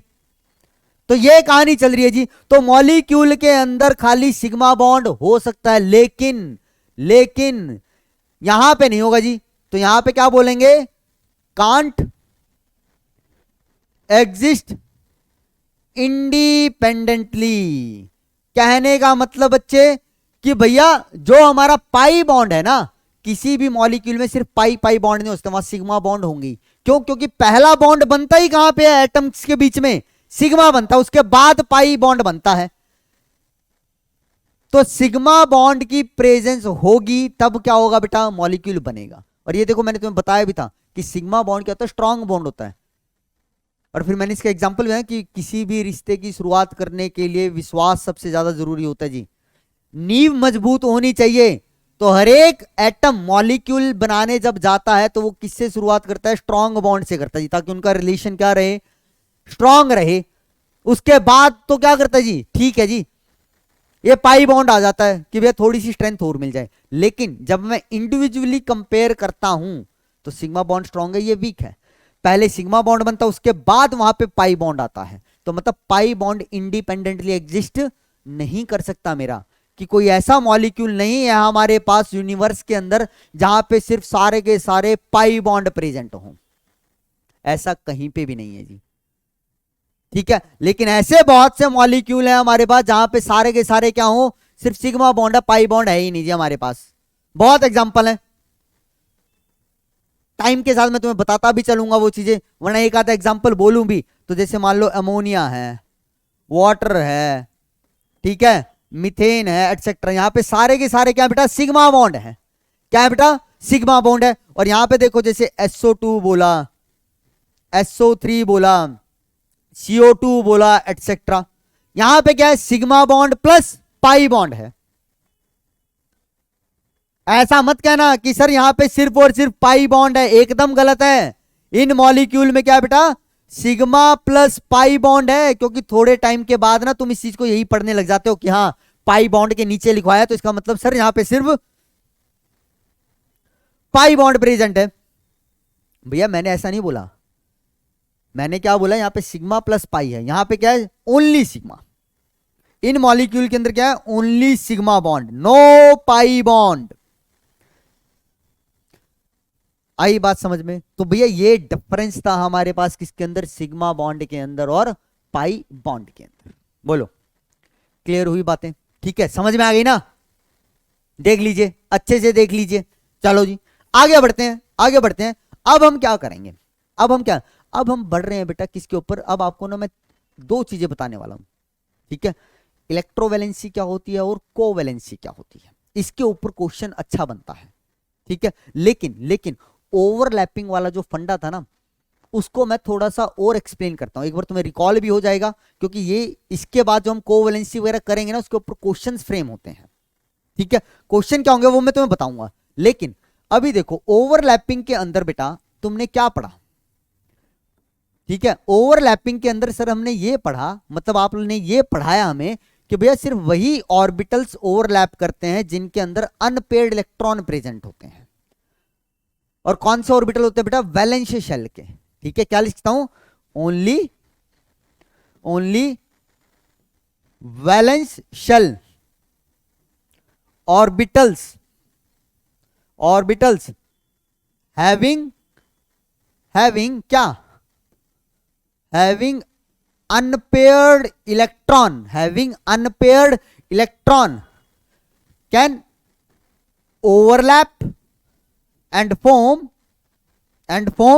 covalent bond, बोलो जी, ठीक है। अभी तक हमने यही पढ़ा कि भैया बॉन्ड फॉर्मेशन किसकी वजह से होती है, ऑर्बिटल्स की ओवरलैपिंग की वजह से होती है। और कौन से ऑर्बिटल ओवरलैप करते हैं सर, वैलेंस शेल के। और वैलेंस शेल के सिर्फ वही ऑर्बिटल्स जिनके अंदर क्या होते हैं बेटा, अनपेयर्ड इलेक्ट्रॉन होते हैं, ये बोलते थे जी। लेकिन टाइम के साथ इसकी भी हमें क्या मिली बेटा, कुछ एक्सेप्शंस मिली, मतलब जो इस बात को नहीं मानते थे। जैसे एग्जांपल दो, देखो एग्जांपल से समझ में आएगा। जैसे मैं तुम्हें एग्जांपल से समझाता हूं, मान लो मुझे वाटर मॉलिक्यूल बनाना है। क्या बनाना है बेटा, वाटर मॉलिक्यूल बनाना है, ठीक है सर, बना के दिखाओ। तो देखो ऑक्सीजन है, ऑक्सीजन एटम है, इसकी इलेक्ट्रॉनिक कॉन्फ़िगरेशन क्या होती है, आप कहोगे सर होती है 1s2 2s2 और यहां पे क्या होता है बेटा 2p4। ठीक है, या फिर इसको मैं ऐसे की बजाय ऐसे दिखा दूं, देखो ये है जी 1s2, ये है जी इसका क्या 2s2, और ये क्या है बेटा यहां पे इसका 2p4। बोलो 1s 2s और ये 2p। अब दो हाइड्रोजन आ रहे हैं, ठीक है सर, दो हाइड्रोजन आ रहे हैं। एक हाइड्रोजन ये है, इसकी कॉन्फ़िगरेशन है 1s1। दूसरा हाइड्रोजन ये है सर, इसकी कॉन्फ़िगरेशन है क्या 1s1। एस में एक ही तो होता है।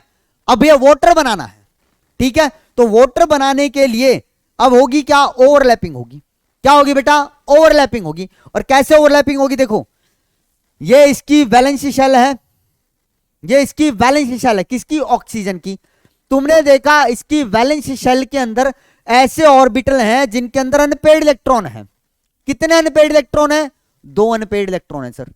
ठीक है, तो मतलब ये दो ऑर्बिटल किसके ऑक्सीजन के ओवरलैप कर सकते हैं, किसके साथ, किसी दूसरे एटम के ऑर्बिटल के साथ जिसके पास क्या हो अनपेड इलेक्ट्रॉन हो।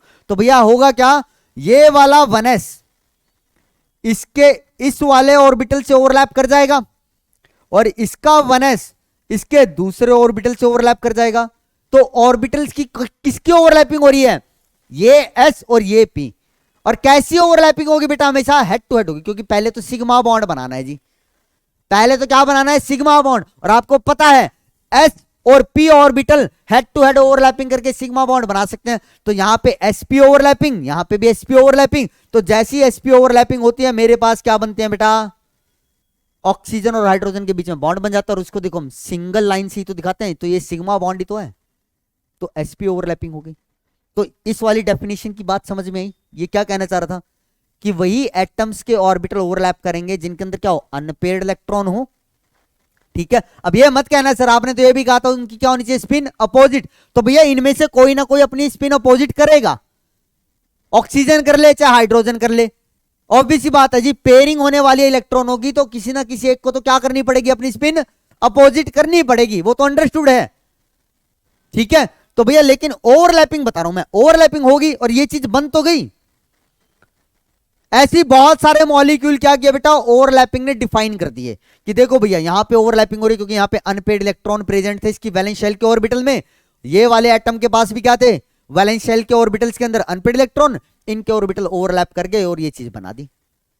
बहुत एग्जांपल है जी ऐसे।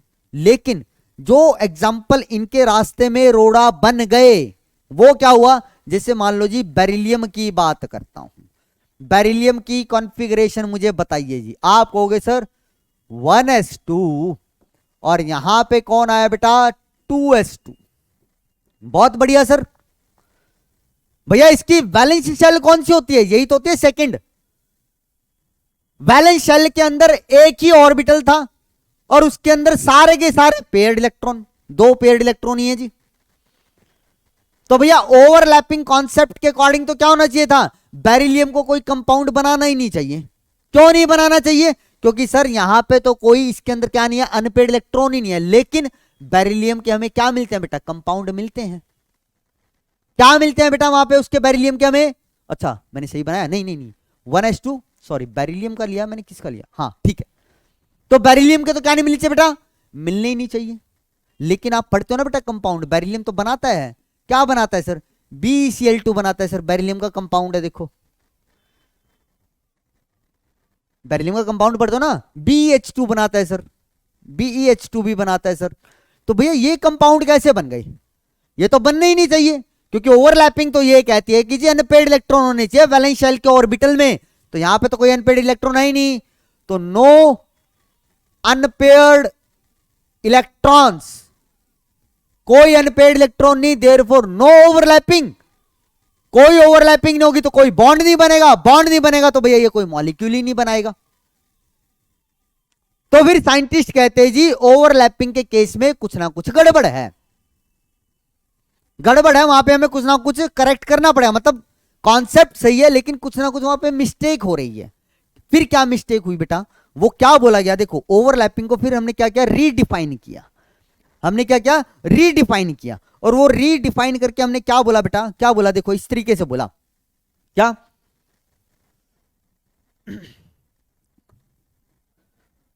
Overlapping overlapping of orbitals takes place which contain क्या? unpaired electron, which contain unpaired electrons किसके अंदर? इन ग्राउंड स्टेट और इन एक्साइटेड स्टेट। अब ग्राउंड स्टेट क्या होती है, एक्साइटेड स्टेट क्या होती है, ये आपको पता है। अब बस मैंने बोला क्या कि ओवरलैपिंग को हमने ये डिफाइन कर दिया, हमने बस ये चीज डाल दी यहां पे कि भैया वही ऑर्बिटल हमारे ओवरलैप कर सकते हैं जिनके अंदर अनपेयर्ड इलेक्ट्रॉन प्रेजेंट हो, या तो ग्राउंड स्टेट में या फिर एक्साइटेड स्टेट के अंदर। किसी में तो ग्राउंड स्टेट में ही अनपेयर्ड इलेक्ट्रॉन होंगे, जैसे यहां पे हमने पीछे किया, देखो ये ऑक्सीजन की ग्राउंड स्टेट लिखी थी मैंने, ये ग्राउंड स्टेट थी बेटा। तो देखो ग्राउंड स्टेट में 2 अनपेयर्ड इलेक्ट्रॉन थे तो ये ओवरलैपिंग कर सकता था, और ओवरलैपिंग करने के बाद इसने वाटर मॉलिक्यूल बनाया, तो ठीक है।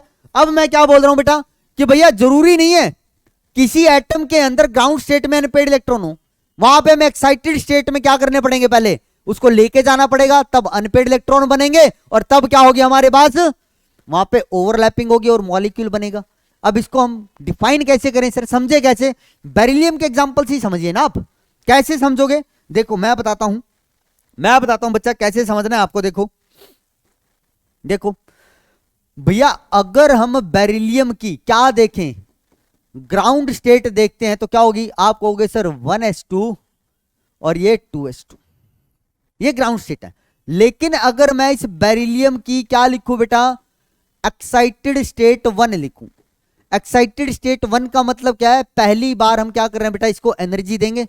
ग्राउंड स्टेट से एक्साइटेड स्टेट में लेके कैसे जाते हैं हम, कि भैया हम इसको क्या करेंगे, एनर्जी देंगे, और एनर्जी देने के बाद क्या होगा बेटा, जो इलेक्ट्रॉन है अपने लोअर एनर्जी लेवल से कहां चला जाएगा, हाइयर एनर्जी लेवल में चला जाएगा, तो क्या बन जाएगी, एक्साइटेड स्टेट।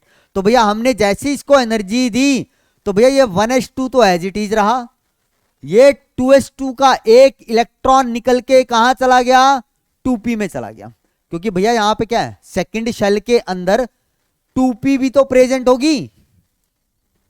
भैया सेकंड शेल मैंने अगर बोल दिया तो इसका मतलब क्या, वहां पे 2p तो है लेकिन खाली रखा हुआ है बस। ये पहला फ्लोर था जी, मान लो पहले फ्लोर के अंदर एक ही कमरा था। जो दूसरा फ्लोर था ना किसी बिल्डिंग का, वहां पे कितने कमरे हैं बेटा, 4 कमरे हैं, लेकिन 4 कमरे में सिर्फ एक ही भरा हुआ था।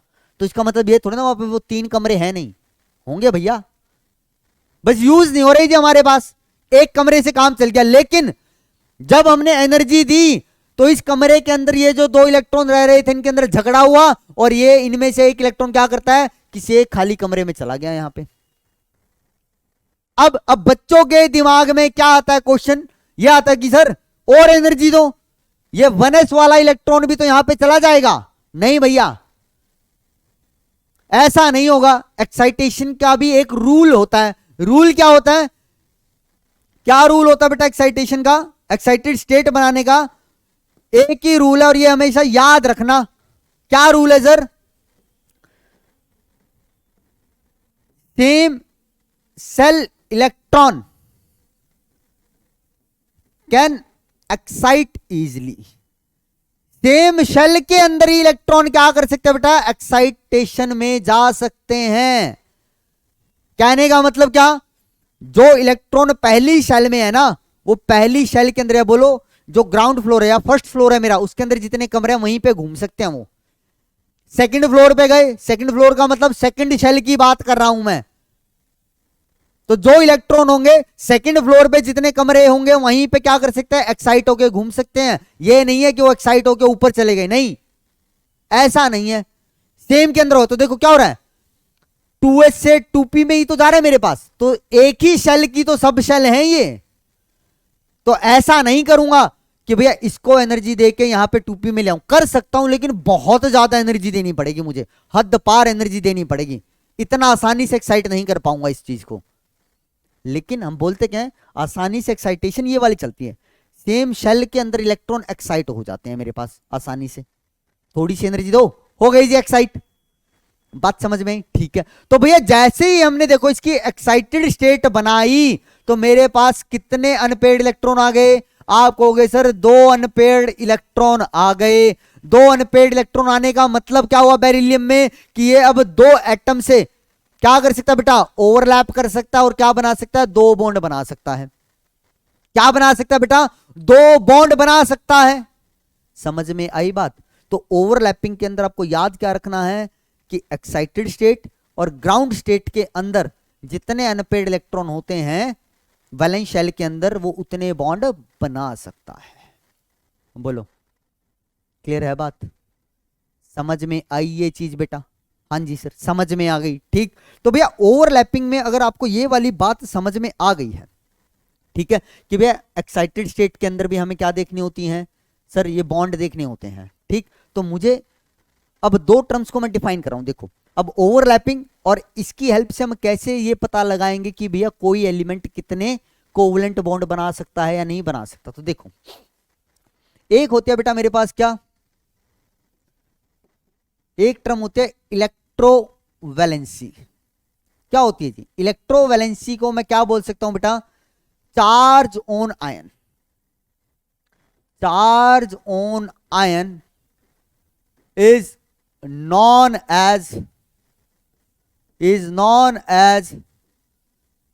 electrovalency of that ion।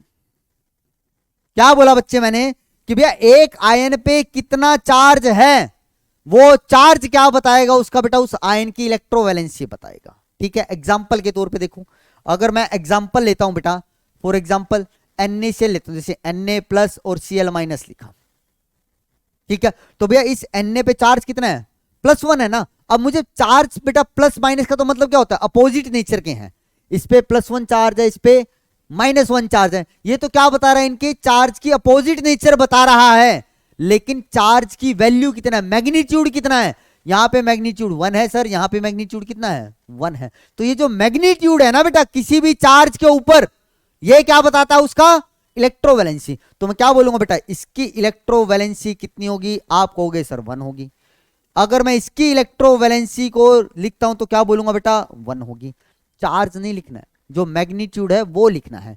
और देख लो, जैसे मैग्नीशियम 2+ बोला मैंने, तो बोलो जी इसकी इलेक्ट्रोवैलेंसी कितनी बोलोगे? आप कहोगे सर 2 है। ऐसी मैंने बोला Al+3, तो क्या बोलोगे? इसकी इलेक्ट्रोवैलेंसी कितनी है सर? 3 है। तो भैया किसी भी चार्ज के ऊपर, किसी भी आयन के ऊपर, सॉरी किसी भी आयन के ऊपर जो चार्ज का मैग्नीट्यूड होता है वो क्या डिफाइन करता है? उसकी बेटा इलेक्ट्रोवैलेंसी डिफाइन करता है। समझ में आई बात? आयन्स के लिए इलेक्ट्रोवैलेंसी। क्लियर? फिर हमारे पास सेकंड टर्म कौन सी आती है बेटा? सेकंड टर्म हमारे पास आती है जी कोवैलेंसी।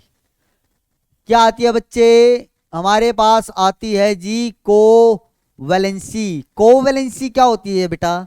बेटा कोवैलेंसी होती है कि भी कोई भी एलिमेंट या एटम कितने कोवलेंट प्लस कोऑर्डिनेट बॉन्ड बना सकता है। ठीक है, क्या है बेटा? इसको कैसे डिफाइन करेंगे? It is the number of covalent plus coordinate bond formed by an atom is known as covalency. कि भैया एक एटम कितने कोवलेंट प्लस कोऑर्डिनेट बॉन्ड बना सकता है, उसको हम क्या बोलते हैं बेटा? उस एटम की कोवैलेंसी बोलते हैं। ठीक है, तो भैया याद क्या रखना है बेटा आपको? जो कोवैलेंसी होती है ना, देखो यहां पे लिख रहा हूं, इस तरीके से लिख देता हूं। कोवैलेंसी किसकी इक्वल होगी बेटा? आप कहोगे sir number of covalent bond plus number of coordinate bond. Number of coordinate bond. ठीक है, हाईलाइट किसके अंदर? इन एक्साइटेड स्टेट और ग्राउंड स्टेट।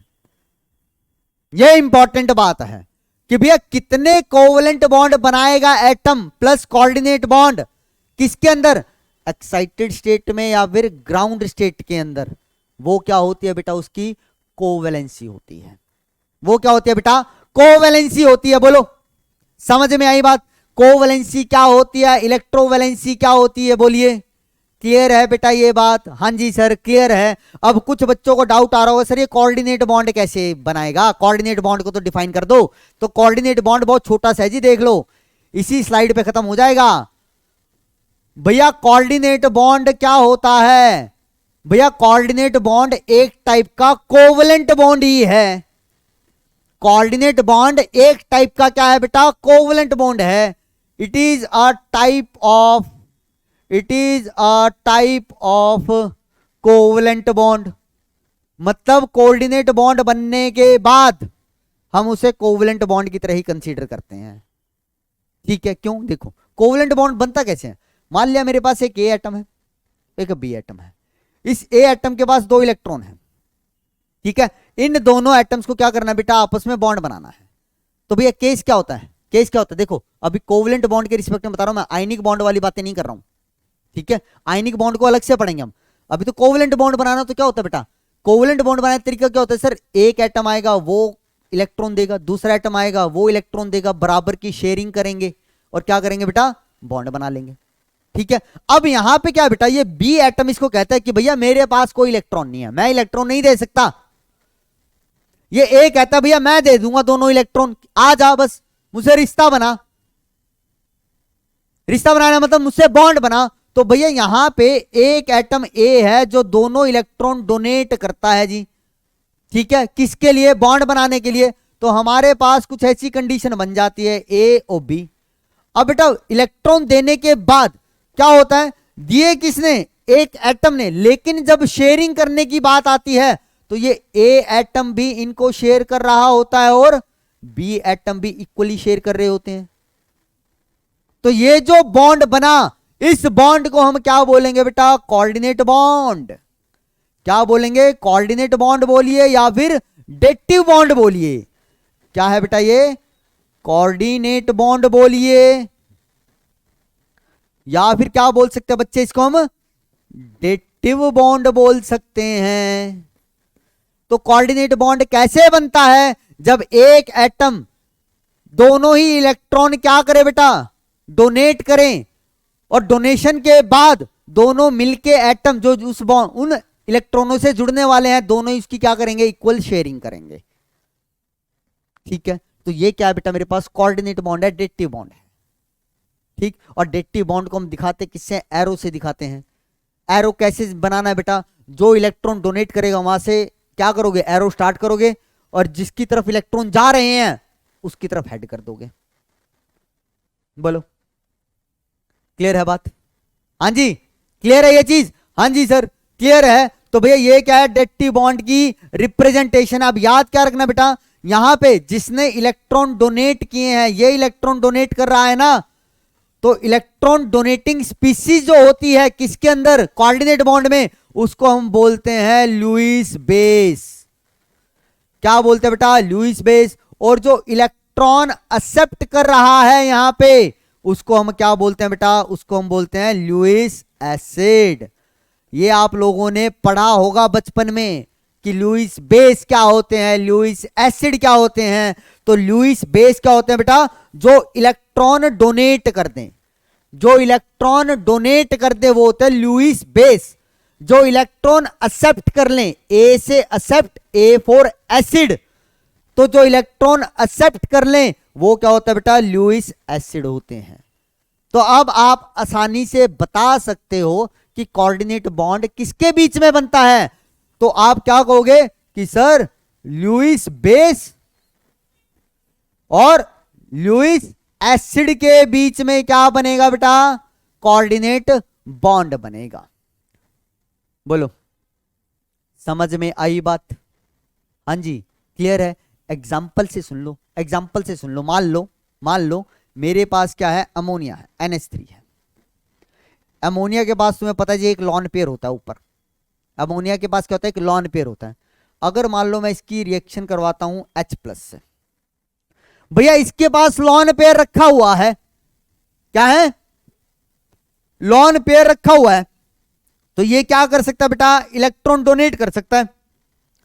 भैया इसके पास ये फालतू के इलेक्ट्रॉन है, कहने का मतलब ये इसके पास पैसे रखे हुए हैं एक्स्ट्रा, कुछ तो इसने मार्केट में चला रखे हैं। मार्केट में चलाने का मतलब कुछ तो इसने बॉन्डिंग के अंदर यूज कर लिए, लेकिन जो बॉन्डिंग में नहीं यूज हुए तो उसको हम क्या बोलते हैं, लॉन पेयर बोलते हैं। तो ये देखो जी, ये बॉन्डिंग में यूज नहीं हो रहे, तो लॉन पेयर इसके पास खाली रखे हुए हैं। तो मतलब क्या, ये अमीर इंसान है, केमिस्ट्री के अंदर ये अमीर इंसान है। तो ये अमीर इंसान क्या कर सकता है, इलेक्ट्रॉन डोनेट। भैया केमिस्ट्री में जिसके पास इलेक्ट्रॉन ज्यादा है ना, वो क्या है, अमीर है। वो क्या है, टाटा बिरला है जी यहाँ का, क्या बोलूं, क्या है, अंबानी है। ठीक है, तो भैया ये अंबानी, और इस पे पॉजिटिव चार्ज है। और किसी भी स्पीसीज पे पॉजिटिव चार्ज का मतलब क्या होता है बेटा, उसके पास इलेक्ट्रॉनों की कमी है। बताया था ना, पॉजिटिव चार्ज कब आता है, जब वहां से इलेक्ट्रॉन निकल जाते हैं। जितने इलेक्ट्रॉन बाहर निकालोगे उतना पॉजिटिव चार्ज तुम ऊपर चलाते जाओगे। किसके ऊपर, उस स्पीसीज के ऊपर। तो इसके ऊपर 1+ चार्ज है, तो इसका मतलब क्या हुआ, इसका मतलब ये हुआ इसके पास इलेक्ट्रॉनों की कमी। तो ये क्या काम करेगा बेटा, इलेक्ट्रॉन एक्सेप्ट करने का काम करेगा। बोलो, इलेक्ट्रॉन एक्सेप्ट करने का काम करेगा या नहीं करेगा सर। तो क्या होगा, आप कहोगे सर NH3 मैंने ऐसे लिख दिया, बस ये 3H इधर लिखा है, तो ये अपने लॉन पेयर किसको डोनेट करेगा, इस हाइड्रोजन को दे देगा, इस गरीब को दे देगा जी। क्या भैया गरीब ले ले, आजा मेरे पास रखे हुए हैं। तो जैसे ये इसके पास जाएगा और इनके बीच में क्या बनेगा बेटा, एक डेटिव बॉन्ड बन जाएगा इस तरीके से। अब पॉजिटिव चार्ज का खत्म हो गया क्योंकि इसे इलेक्ट्रॉन मिल गए हैं। समझ रहे हो ना बेटा, पॉजिटिव चार्ज तो कब तक है इसके ऊपर, जब तक इसके पास इलेक्ट्रॉनों की कमी है। भैया ये अंबानी आ गया ना यहाँ पे, इसको इलेक्ट्रॉन देने आ गया कि भैया मुझसे इलेक्ट्रॉन ले और अपनी इलेक्ट्रॉन डेफिशिएंसी को खत्म कर। तो भैया बन गया, देखो इसने इलेक्ट्रॉन दिए, तो देखो इसका पॉजिटिव चार्ज मैंने हटा दिया। लेकिन भैया अब इसने इलेक्ट्रॉन दिए तो है ना, इसने इलेक्ट्रॉन दिए हैं, तो देखो ये तो समझ में आओगे, ये डेटिव बॉन्ड बन गया। अब एक बात बता दो मुझे, जल्दी से बता दो, इलेक्ट्रॉन जो डोनेट कर रहा है उसको हमने क्या बोला था, लुईस बेस। तो मतलब यहाँ पे ये अमोनिया क्या है, आप कहोगे सर लुईस बेस है। तो अमोनिया क्या है बेटा, यहाँ पे लुईस बेस है सर, ये आपने अभी अभी हमें बताया। और जो इलेक्ट्रॉन ले ले वो क्या होता है बेटा, लुईस एसिड होता है। तो आप अब यही तो कहोगे मुझे कि सर लुईस बेस और लुईस एसिड के बीच में डेटिव बॉन्ड बनता है, वही चीज मैंने यहाँ पे प्रूव की। अब होगा क्या बेटा, इस बॉन्ड को मैं इस तरीके से लिख सकता हूं, देखो NH3, ये H, इस पे क्या आ जाएगा अब, पॉजिटिव चार्ज। देखो क्यों, ऐसा क्यों लिखा, क्योंकि भैया मैंने आपको बताया था कोऑर्डिनेट बॉन्ड को इस तरीके से भी रिप्रेजेंट किया जा सकता है, और किस तरीके से रिप्रेजेंट किया जा सकता है, यहां पे दिखा रहा हूं देखो, ऐसे भी तो रिप्रेजेंट करता हूं, जो इलेक्ट्रॉन दे उस पे पॉजिटिव चार्ज, जिसको इलेक्ट्रॉन मिले उस पे नेगेटिव चार्ज। ऐसे दिखा दो कोऑर्डिनेट बॉन्ड को, या फिर ऐसे दिखा दो, एक ही बात है। अब यहां पे मैंने नाइट्रोजन पे पॉजिटिव क्यों दिखाया, क्योंकि इसने इलेक्ट्रॉन डोनेट किए हैं। लेकिन आप कहोगे सर हाइड्रोजन पे तो नेगेटिव दिखाया नहीं, क्यों नहीं दिखाया बेटा नेगेटिव, क्योंकि भैया इसके ऊपर अगर नेगेटिव लगाऊंगा तो इसके ऊपर पहले पॉजिटिव था ना, तो वो नेगेटिव और जो पहले वाला पॉजिटिव आपस में मिलकर न्यूट्रल हो जाएंगे। क्या हो जाएंगे बेटा, न्यूट्रल हो जाएंगे, इसलिए यहां पे वो नेगेटिव मैंने दिखाया नहीं। तो भैया इसको मैं क्या लिख सकता हूं, इसको फिर मैं ऐसे लिख दूंगा, बस सीधा सीधा NH4+, NH4+। तो क्या बन गया ये बन गया कोऑर्डिनेट बॉन्ड। और देखो इस कोऑर्डिनेट बॉन्ड को हमेशा किसकी तरह कंसीडर करोगे, कोवलेंट बॉन्ड की तरह, क्योंकि कोवलेंट बॉन्ड कैसे होता है, शेयरिंग ऑफ इलेक्ट्रॉन से बनता है। बस फर्क क्या है कि कोवलेंट बॉन्ड, जिसको मैं प्योर कोवलेंट बॉन्ड बोल रहा हूं, इसका मतलब क्या, वहां पे दोनों ही एटम शेयर डालते हैं। बस कोऑर्डिनेट में फर्क क्या है भैया, एक बहुत ही क्या है, दानवीर है, एक के पास कुछ भी नहीं है। तो जो दानवीर है वो दोनों इलेक्ट्रॉन दे देता है बॉन्ड बनाने के लिए, और फिर शेयरिंग किसकी होती है, दोनों की होती है। मतलब खाना एक का, लेकिन खा कौन रहे हैं जी, दो लोग मिलके खा रहे हैं उस खाने को। आई बात समझ में। तो कोऑर्डिनेट बॉन्ड कैसे बनता है, ये क्लियर हुई बात, बोलो जी, समझ में आई। चलो अगर ये बात क्लियर हो गई तुम्हें, तो अब हम बढ़ते हैं बेटा क्या, किसी भी एटम की हम कोवैलेंसी कैसे निकालेंगे। ठीक है, चलो जी, चलो अब क्या करें बेटा, कैलकुलेशन ऑफ कोवैलेंसी। अब ये चीज हम पढ़ने वाले हैं। ठीक है, अब ये चीज मैं पढ़ाने वाला हूं जी, तो बहुत ढंग से समझिएगा, क्योंकि इसके अंदर डाउट्स रहता है बच्चों को, और जब डाउट आ जाता है ना, फिर वो इधर उधर की बातें करोगे तुम लोग। बातें नहीं करनी है, समझना है जी हमें, तो कॉन्सेप्ट समझना है सर, तो समझो। देखो, सबसे पहला एलिमेंट क्या ले रहा हूं बेटा, मैं बेरिलियम लेता हूं। बेरिलियम लिया, ठीक है, सेकंड पीरियड का एलिमेंट है। कौन सा? सेकंड पीरियड का है सर, ठीक है। बेरिलियम की अगर मैं ग्राउंड स्टेट के अंदर इलेक्ट्रॉनिक कॉन्फ़िगरेशन लिखूं तो क्या होगी? आप कहोगे सर 1s2, ठीक है। फिर क्या होगे बेटा? आप कहोगे सर 2s2, और आगे 2p खाली तो होगा ना, उसको दिखा तो सकता हूं ना भाई, सेकंड फ्लोर पे कमरे हैं, लेकिन एक ही कमरे में बैठे हुए हैं जी अभी इलेक्ट्रॉन, ठीक है। तो ग्राउंड स्टेट में बेरिलियम की बताइए जी कोवैलेंसी कितनी होगी? आप कहोगे सर 0, क्योंकि कोई भी अनपेड इलेक्ट्रॉन नहीं है। तो यहां पे इस केस में क्या बोलूं बेटा, इसकी कोवैलेंसी है कितनी? 0 है सर। कितनी है बेटा? 0 है, ठीक है सर, कोवैलेंसी 0 हो गई इसकी। अब आगे देखो, अगर मैं इसकी एक्साइटेड स्टेट बना दूं ES1, मतलब पहली एक्साइटेड स्टेट, तो क्या होगा बेटा? 1s के दोनों इलेक्ट्रॉन तो एज इट इज हैं, बस होगा क्या? 2s का एक इलेक्ट्रॉन जंप मार के कहां भाग जाएगा? 2p में चला जाएगा, 2s 2p। तो देखो, जैसे एक्साइटेड स्टेट बनाई तो क्या हुआ बेटा? 2s का एक इलेक्ट्रॉन 2p में चला गया, तो कितने अनपेड इलेक्ट्रॉन हो गए? आप कहोगे सर 2 हो गए। तो भैया 2 का मतलब, अगर मैं नंबर ऑफ अनपेड इलेक्ट्रॉन पे देख रहा हूं, कोवैलेंसी कितनी बोलूंगा? 2 होगी। एकदम सही बात है सर, एकदम सही पकड़ा सर आपने कि हाँ कोवैलेंसी 2, क्योंकि 2 अनपेड इलेक्ट्रॉन है। तो यहां से मैं क्या बोल सकता हूं बेटा? यहां से देखो, हम ये कंक्लूड कर सकते हैं, कोवैलेंसी इक्वल टू क्या? Number of unpaired electrons. Electrons किसके अंदर? इन एक्साइटेड स्टेट और ग्राउंड स्टेट। बस ये पता लगा लो किसी एटम के अंदर एक्साइटेड स्टेट में या फिर ग्राउंड स्टेट में कितने अनपेड इलेक्ट्रॉन है, उसकी उतनी कोवैलेंसी। तो तुमने देखा जी यहां पे 2 है, ठीक है भैया। ये जो 2 कोवैलेंसी मैंने बोला ना, 2 अनपेड इलेक्ट्रॉनों की वजह से, तो ये 2 अनपेड इलेक्ट्रॉन क्या करेंगे बेटा? किन्हीं 2 ऑर्बिटल से जिनके पास क्या होंगे? अनपेड इलेक्ट्रॉन होंगे, उससे ओवरलैप करेंगे और बॉन्ड बनाएंगे। ओवरलैपिंग से बनेगा तो ये क्या होगा बेटा? कोवलेंट बॉन्ड की तो बात चल रही है। तो मतलब 2 कोवलेंट बॉन्ड बना रहा है जी ये, ठीक है सर, ठीक है। लेकिन अगर तुमसे पूछे कि भैया बेरिलियम की मैक्सिमम कोवैलेंसी बताओ, ठीक है, तो यहां पे क्या लिख रहा हूं बेटा? इसकी मैक्सिमम कोवैलेंसी। और मैंने अभी अभी तुम्हें पीछे बताया था कि भैया जो कोवैलेंसी होती है ना, किसकी इक्वल होती है? Number of covalent bond plus में नंबर ऑफ कोऑर्डिनेट बॉन्ड। ये जो कोवैलेंसी लिखी है बेटा, ये कौन सी कोवैलेंसी लिखी है मैंने? मैक्सिमम कोवैलेंसी लिखी है। क्या लिखी है बेटा? मैक्सिमम कोवैलेंसी लिखी है। तो देखो जी, अब इसी को यूज कर रहे हैं यहां पे हम कि भैया मैक्सिमम कोवैलेंसी निकालनी है। तो भैया ये 2 तो अनपेड इलेक्ट्रॉन दिख रहे हैं, लेकिन इसके पास देखो ये क्या है? खाली ऑर्बिटल रखे हैं जहां पे मैंने क्रॉस लगाया है। तो भैया एक बात बताइए मुझे, मैंने बोला था कोऑर्डिनेट बॉन्ड बनाने के लिए, क्या कोऑर्डिनेट बॉन्ड बनाने के लिए हमें क्या चाहिए? एक चाहिए लुईस बेस जो इलेक्ट्रॉन दे, एक क्या चाहिए? लुईस एसिड जो इलेक्ट्रॉन ले। तो भैया इलेक्ट्रॉन कौन लेगा? जिसके पास इलेक्ट्रॉनों की कमी होगी या फिर जिसके पास खाली ऑर्बिटल होंगे, वही तो इलेक्ट्रॉन ले सकता है। या तो इलेक्ट्रॉनों की कमी हो उसके पास, या फिर क्या हो? इलेक्ट्रॉन रखने के लिए खाली ऑर्बिटल हो। तो तुमने देखा जी कि सर इसने तो 2 ही लिए हैं अभी तक, मतलब 2 अनपेड इलेक्ट्रॉन थे, उसकी वजह से तो 2 कोवैलेंसी। लेकिन इसके पास 2 ऑर्बिटल खाली भी तो है। यहां पे सेकंड शेल की बात चल रही है, मैं फिर बोल रहा हूं, थर्ड शेल में मत चले जाना।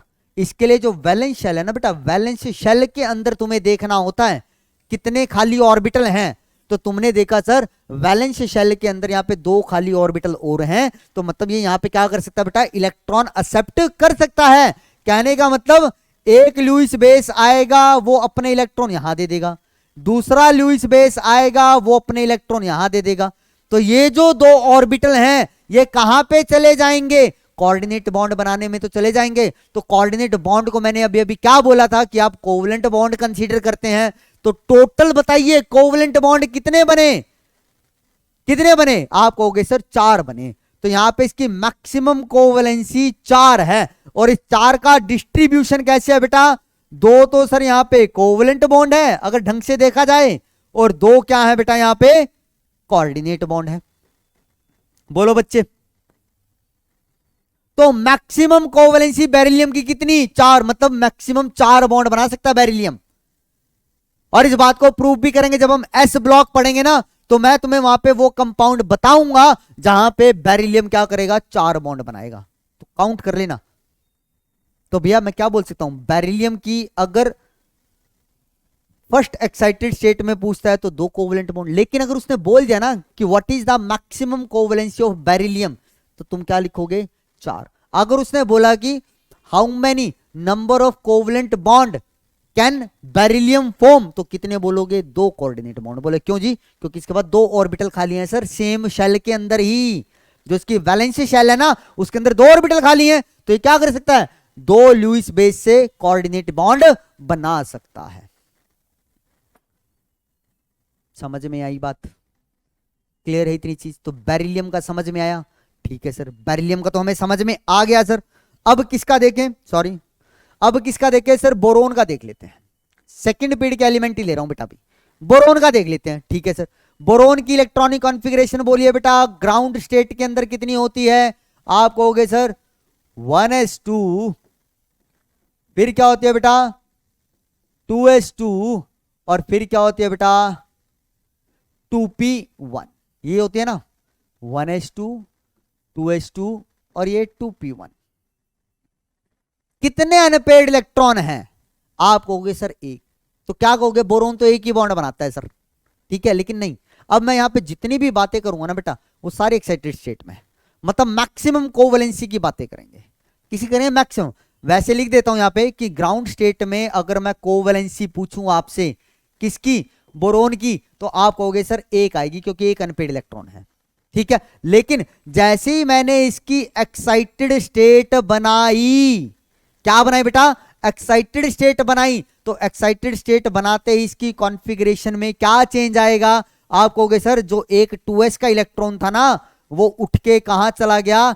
2p में चला गया। तो बोलो जी कितने अनपेयर्ड इलेक्ट्रॉन हुए? आप कहोगे सर 3 अनपेयर्ड। तो एक्साइटेड स्टेट में कोवेलेंसी कितनी आ रही है? आप कहोगे सर 3। और ये तीनों के तीनों क्या है बेटा मेरे पास? कोवेलेंट बॉन्ड बनाएंगे, वही तो होंगे। कोवेलेंसी का मतलब क्या? कितने कोवेलेंट बॉन्ड बना सकता है, प्लस कोऑर्डिनेट भी। तो अब मैक्सिमम की बात, तो बेटा जब भी मैक्सिमम की बात करेंगे ना तो मैक्सिमम का बात क्या है जी? एक्साइटेड स्टेट की चलेगी।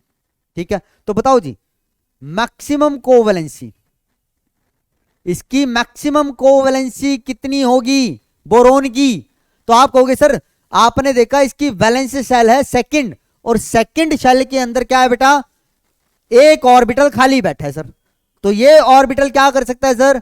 किसी लुईस बेस से रिएक्ट करके इलेक्ट्रॉन ले सकता है और क्या बना लेगा? कोऑर्डिनेट बॉन्ड बना लेगा। तो इसका मतलब सर यहां पे क्या होगी? मैक्सिमम कोवेलेंसी इसकी बोरोन की भी 4 होगी। 4 का डिस्ट्रीब्यूशन कैसे होगा सर? 3 तो कोवेलेंट बॉन्ड होंगे सर यहां पे जो हमें दिखाई दे रहे हैं।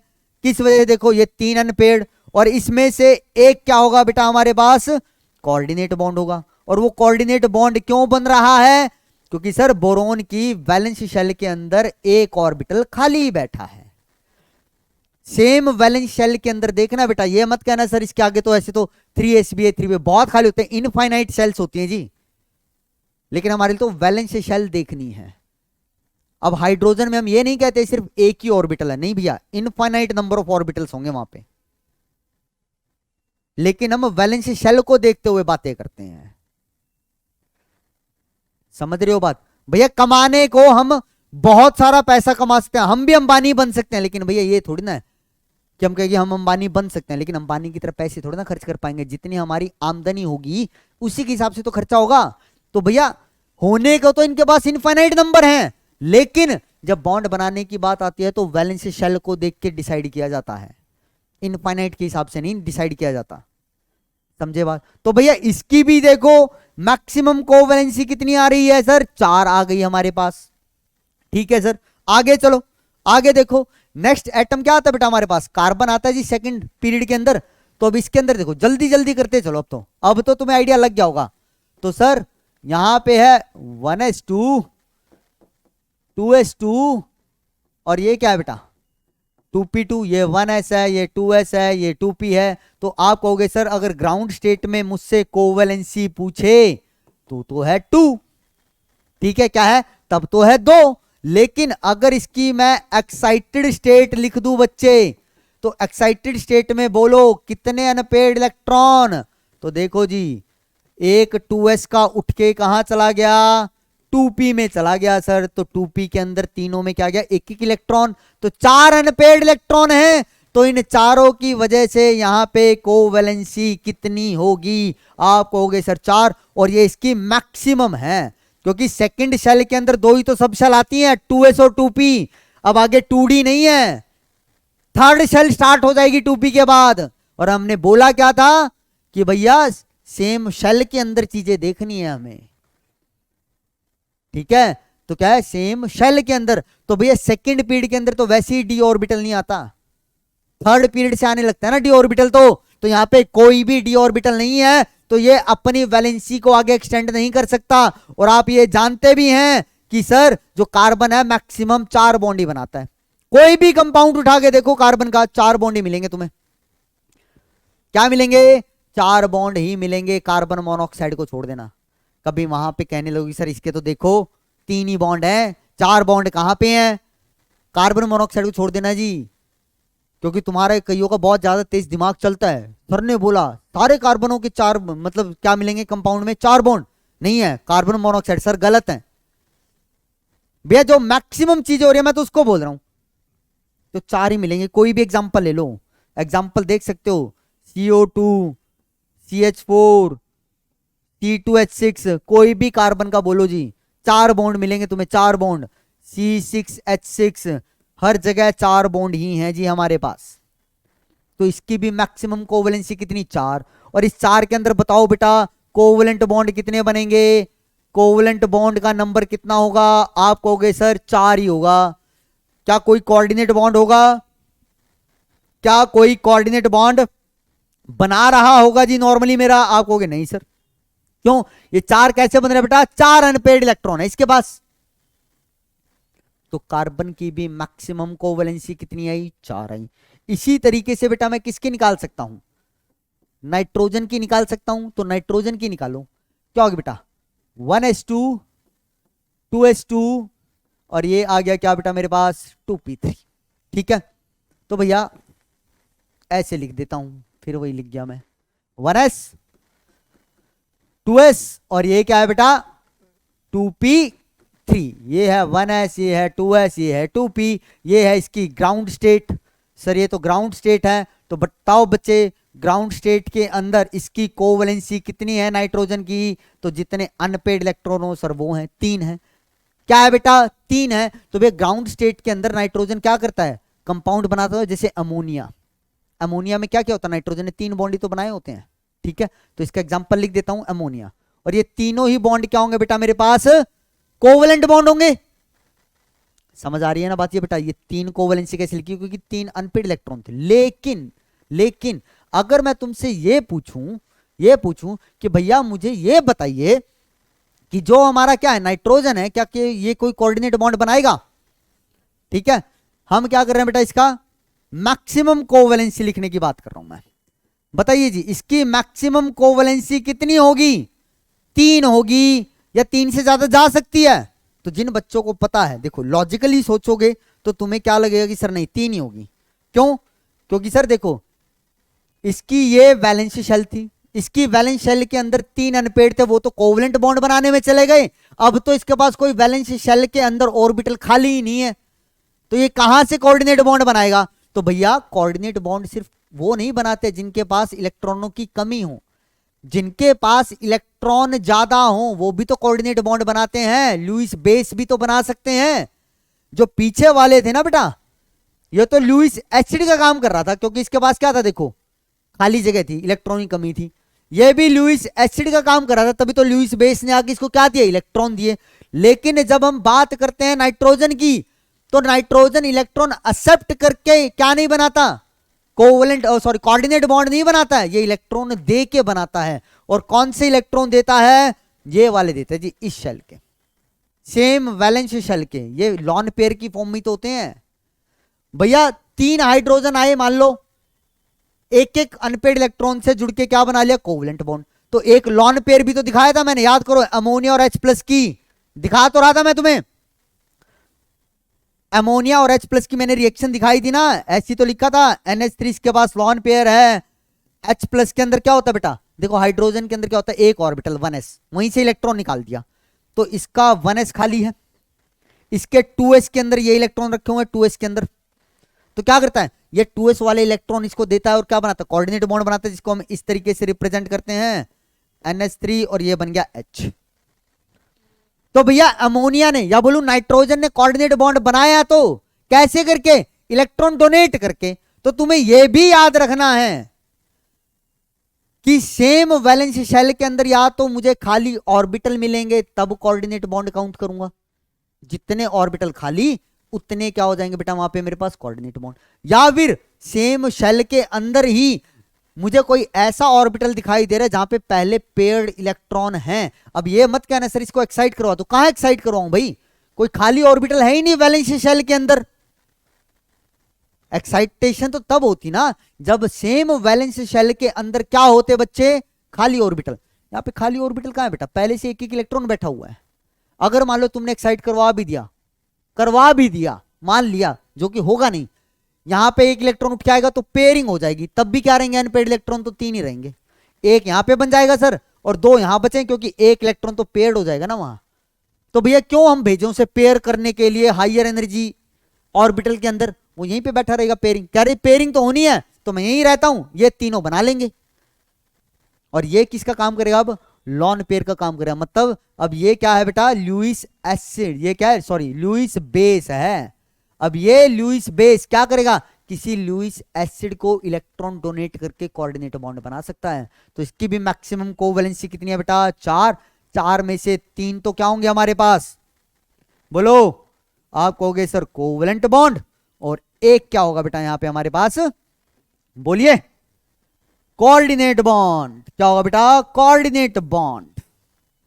बात समझ में आई, ठीक है। ऑक्सीजन का निकाल सकते हैं, हाँ जी सर निकाल सकते हैं। अब तो किसी का निकलवा लो, अब तो बहुत आसानी से निकाल सकते हैं, तो निकालो जी। ऑक्सीजन की वैलेंसीज निकालो, 1s 2s और यहां पे क्या है बेटा 2p4, तो ये राजी 2p4। तो ग्राउंड स्टेट है, तो बोलो जी ग्राउंड स्टेट में कोवैलेंसी कितनी है ऑक्सीजन की, आप कहोगे सर 2, क्योंकि 2 अनपेड इलेक्ट्रॉन दिख रहे हैं। ये है 1s 2s 2p, ये है वैलेंसी शेल। तो वैलेंसी शेल में जितने अनपेड इलेक्ट्रॉन उतनी कोवैलेंसी। अब भैया एक्साइटेड स्टेट तो नहीं कर सकता ना, क्योंकि मैंने बताया क्या था, एक्साइटेशन तुम्हें क्या करनी होती है, सेम शेल के ऑर्बिटल्स के अंदर करनी होती है।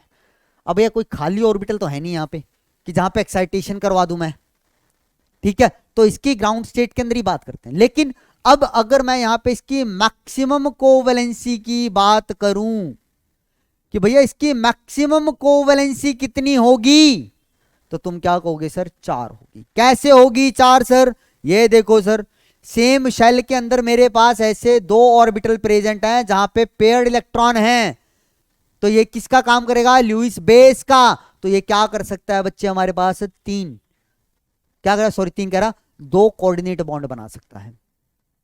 जैसे नाइट्रोजन के पास क्या था, एक ही ऑर्बिटल में पेयर्ड इलेक्ट्रॉन थे ना, ये पेयर्ड नहीं है, ये तो ओवरलैपिंग के बाद पेयर्ड बनेंगे, ठीक है। ओवरलैपिंग से पहले इसके अंदर पेयर्ड है ना, और सेम शेल का है, ठीक है। तो ये क्या कर रहा था, एक कोऑर्डिनेट बॉन्ड।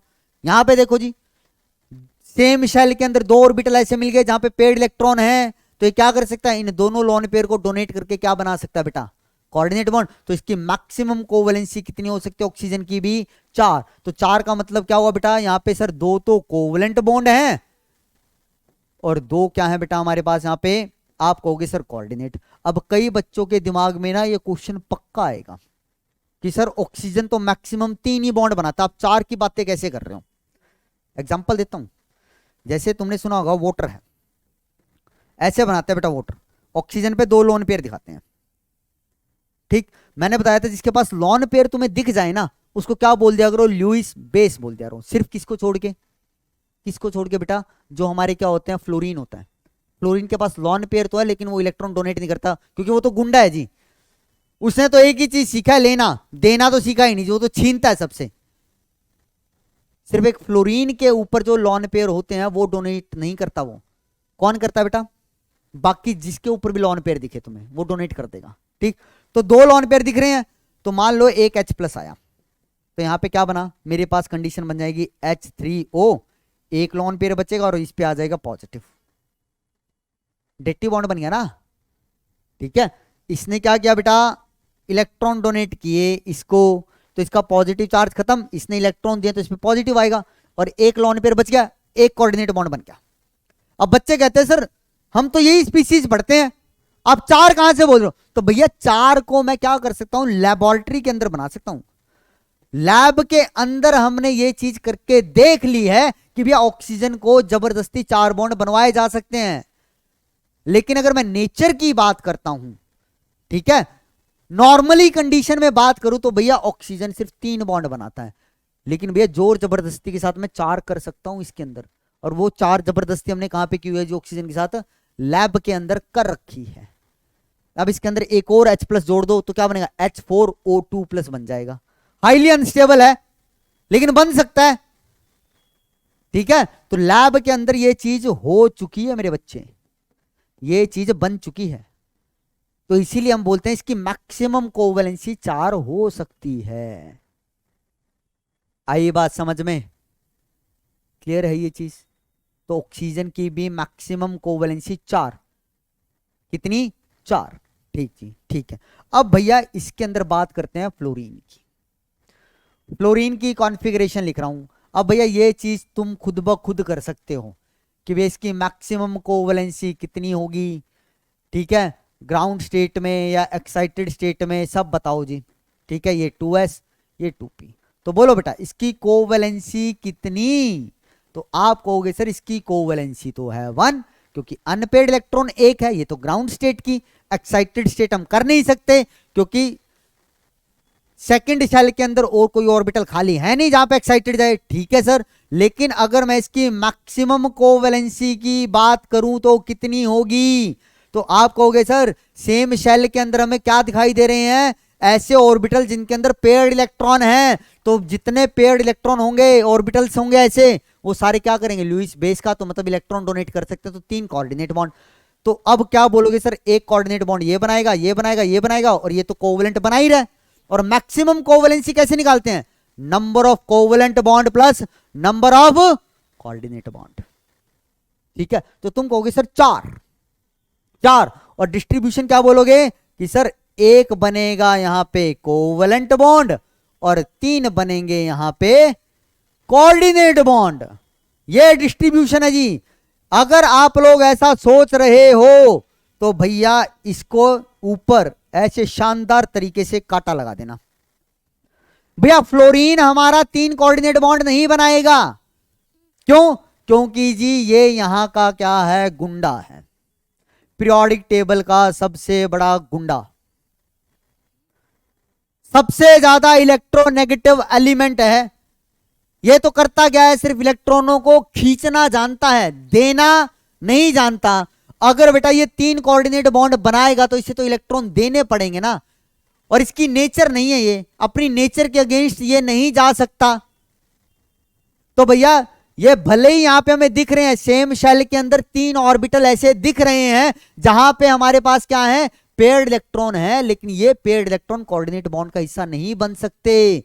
क्यों? बिकॉज फ्लोरीन इज ए गुंडा, और गुंडे की आदत क्या है, सिर्फ लेना, देना नहीं। और गुंडा किस वजह से बोल रहा हूं, क्योंकि भैया ये पीरियोडिक टेबल का क्या है, मोस्ट इलेक्ट्रोनेगेटिव एलिमेंट।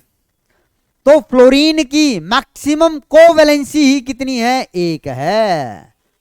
सिर्फ एक ही बॉन्ड बनाता है फ्लोरीन, कहीं पे भी देखना,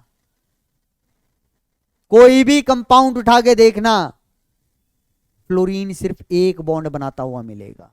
तो मैं क्या बोल सकता हूं, तो यहां से हम क्या कॉन्क्लूजन ड्रॉ कर सकते हैं कि मेरे पास सेकंड पीरियड के जो एलिमेंट्स हैं, जो सेकंड पीरियड के एलिमेंट है, कौन कौन से होंगे बेटा, lithium, beryllium, boron, carbon, nitrogen, oxygen, fluorine. Neon नहीं लिख रहा हूं, ठीक है। नोबल गैस की बात नहीं की बेटा, क्योंकि वो तो कंपाउंड बनाते ही नहीं है, सिर्फ किसको छोड़ के, जिनॉन और क्रिप्टॉन। तब ये मत कहना सर क्यों नहीं लिया, अंडरस्टूड सी बात है, ठीक है। अब बेटा इसको छोड़ दो और इसको छोड़ दो, इसकी कोवैलेंसी कितनी है बेटा? इसकी कोवैलेंसी आप कहोगे सर एक है मैक्सिमम। लिथियम की भी कितनी है सर? इसकी भी मैक्सिमम कोवैलेंसी कितनी है? 1 है सर। बाकी जितने भी हैं ना बेटा, ये वाले बाकी जितने भी हैं ये, इनके लिए क्या बोलते हैं बेटा? मैक्सिमम कोवैलेंसी कितनी है? 4 है। तो एक स्टेटमेंट तुम्हें कहीं ना कहीं ये जरूर लिखी मिल जाएगी किसी ना किसी बुक के अंदर। क्या लिखी मिलेगी? फॉर सेकेंड पीरियड एलिमेंट्स, क्या? For second period elements maximum covalency is 4। और तुम यहां पे कंफ्यूज क्या हो जाते हो कि सर सिर्फ इनकी है, फ्लोरीन और लिथियम की तो है ही नहीं, तो इसने ऐसा क्यों लिखा? भैया मैक्सिमम एलिमेंट तो दे रहे हैं ना। अब ये क्लास में 10 बच्चे, क्लास में 10 बच्चे, ठीक है। उन 10 में से मान लो 8 बच्चों की हाइट क्या है? 6 फुट की है, सिर्फ 2 छोटे छोटे हैं, 5 4 5 5 के हैं। तो मैं क्या कहूंगा कि भैया इस क्लास के अंदर जो बच्चे हैं ना सभी बड़े हैं। इन जनरल बोल रहा हूं ना, 2 छोटे उनकी वजह से थोड़ी ना कहूंगा कि सर नहीं छोटी हाइट की है जी। जो मेजोरिटी के साथ हो रहा है हमने तो उसके अकॉर्डिंग बोला ना। मेजोरिटी क्या कर रही है? मैक्सिमम 4 वैलेंसी दिखा रही है, तो हमने इसलिए ये स्टेटमेंट बोल दी। लेकिन तुम्हें ये पता होना चाहिए ये लिथियम और फ्लोरीन के लिए नहीं है और नोबल गैस के लिए नहीं है जी, जो इस पीरियड में आ रही है। क्लियर हुई बात? ठीक है। तो वो जो मैक्सिमम कोवैलेंसी बोला था ना, सेकंड पीरियड में 4 होते हैं, वो किसके लिए? Beryllium, boron, carbon, nitrogen and oxygen. और उनका डिस्ट्रीब्यूशन कैसे है वो हमने डिस्कस कर लिया कि मैक्सिमम कोवैलेंसी में कितने कोवैलेंट बॉन्ड वाला पार्ट है और कितने कोऑर्डिनेट बॉन्ड वाला है। ठीक। इसके अंदर एक चीज और बता देता हूं तुम्हें, देखो। और वैसी भैया मैं इसको यहां से डिवाइड कर रहा हूं, देखो कार्बन से। भैया कार्बन से पहले वाले जो मेरे कोऑर्डिनेट बॉन्ड बनाते हैं ना, वो क्यों बनाते हैं? क्यों बनाते हैं बेटा कोऑर्डिनेट बॉन्ड? क्योंकि ये बेरिलियम और बोरोन किसकी तरह एक्ट कर रहे हैं? लुईस एसिड की तरह, क्योंकि इनके पास खाली ऑर्बिटल होते हैं ना। कार्बन कोई कोऑर्डिनेट बॉन्ड नहीं बना रहा है, कार्बन कोई कोऑर्डिनेट बॉन्ड नहीं बना रहा है, ठीक है। फिर नाइट्रोजन और ऑक्सीजन जो होते हैं ये कोऑर्डिनेट बॉन्ड क्यों बनाते हैं बेटा? क्योंकि इनके पास क्या होते हैं बेटा? लॉन पेयर होते हैं, कोऑर्डिनेट बॉन्ड बना रहे हैं। वाई? क्योंकि ये किसकी तरह काम करते हैं? लुईस बेस की तरह काम कर रहे हैं। ठीक है, क्लियर हुई ये बात बेटा? तो सेकंड पीरियड के लिए मैंने तुम्हें निकालना सिखा दिया, ठीक है। अब जो तुम्हें करना है खुद से वो करना है थर्ड पीरियड के एलिमेंट्स के लिए। थर्ड पीरियड के एलिमेंट के लिए, और कौन कौन से मैं लिख रहा हूं? एल्यूमिनियम, ठीक है, सिलिकॉन, फॉस्फोरस, सल्फर और क्लोरीन। इन थर्ड पीरियड के एलिमेंट्स के लिए क्या बोल रहा हूं बेटा? मैक्सिमम कोवैलेंसी इज 6 होती है जिनकी मैक्सिमम कोवैलेंसी। अब तुम्हें हर एक के लिए निकाल के देखना है एल्यूमिनियम के लिए मैक्सिमम कोवैलेंसी कितनी है। जब मैक्सिमम कोवैलेंसी की बात करें तो तुम्हें पता होना चाहिए उस मैक्सिमम कोवैलेंसी में कितना कोवैलेंट बॉन्ड का पार्ट और कितने कोऑर्डिनेट बॉन्ड का है। ऐसे ही सिलिकॉन का, फास्फोरस का, सल्फर का, क्लोरीन। और ये किसके लिए? Third period. मैं एक का करके दिखा देता हूं, मैं एल्यूमिनियम का कर देता हूं बेटा। किसका कर रहा हूं? एल्यूमिनियम का कर रहा हूं, ठीक है सर। एल्यूमिनियम का करो भैया। इसकी इलेक्ट्रॉनिक कॉन्फ़िगरेशन लिखो पहले तो, देखो 1s2 2s2 2p6 3s2 और ये 3p1 और यहां पे क्या है? 1 2 3 4 5 3d, ठीक है। तो लिख देता हूं 1s 2s 2p 3s 3p और ये 3d। तो भैया वैलेंस शेल कौन सी है यहां पे बच्चे? आप कहोगे सर ये वाली है, थर्ड शेल है वैलेंस शेल। तो भैया वैलेंस शेल के अंदर ग्राउंड स्टेट के अंदर, ये ग्राउंड स्टेट लिखे है ना मैंने, क्या लिखा बेटा? Ground state. अब मेरा इससे काम है सारा, वैलेंस शेल को देखते हुए चीजें बोलनी है मुझे। क्या बोलनी है? वैलेंस शेल को देखते हुए चीजें बोलनी है। तो भैया बताओ ग्राउंड स्टेट के अंदर यहां पे इसकी वैलेंसी कितनी बोलोगे? आप कहोगे सर इसकी कोवैलेंसी मतलब कितनी है? एक, क्योंकि एक अनपेड इलेक्ट्रॉन है। लेकिन जैसे ही मैं इसकी एक्साइटेड स्टेट 1 बनाऊंगा तो भैया ये तो एज इट इज रहेगी ना, चेंज कहां करना है? Valence shell. तो वैलेंस शेल में से 3s में से एक इलेक्ट्रॉन उठ के कहां जाएगा? 3p। तो मैं इसके अंदर क्या लिख रहा हूं? बस 3s और 3p वाली लिख रहा हूं। ये है 3s सर, 3p के अंदर कितने हो गए सर? 2 इलेक्ट्रॉन। और ये कितने आ गए सर मेरे पास? 3d।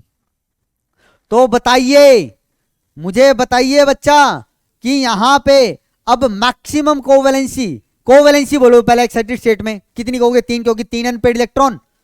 तो आपकी कोवैलेंसी की वैल्यू यहां पे कितनी आई बेटा? 3 आ गई। कितनी आ गई? 3 आ गई सर, ठीक है। और ये तीनों ही क्या होंगे बेटा? कोवैलेंट बॉन्ड होंगे। क्या होंगे बेटा? कोवैलेंट बॉन्ड होंगे, ठीक है। क्लियर है ये बात? हाँ जी सर क्लियर है बात। तो अब आगे देखो, अगर बेटा मैं यहां पे इसकी मैक्सिमम कोवैलेंसी की बात करूं तो कितनी आएगी बेटा? 6 आएगी।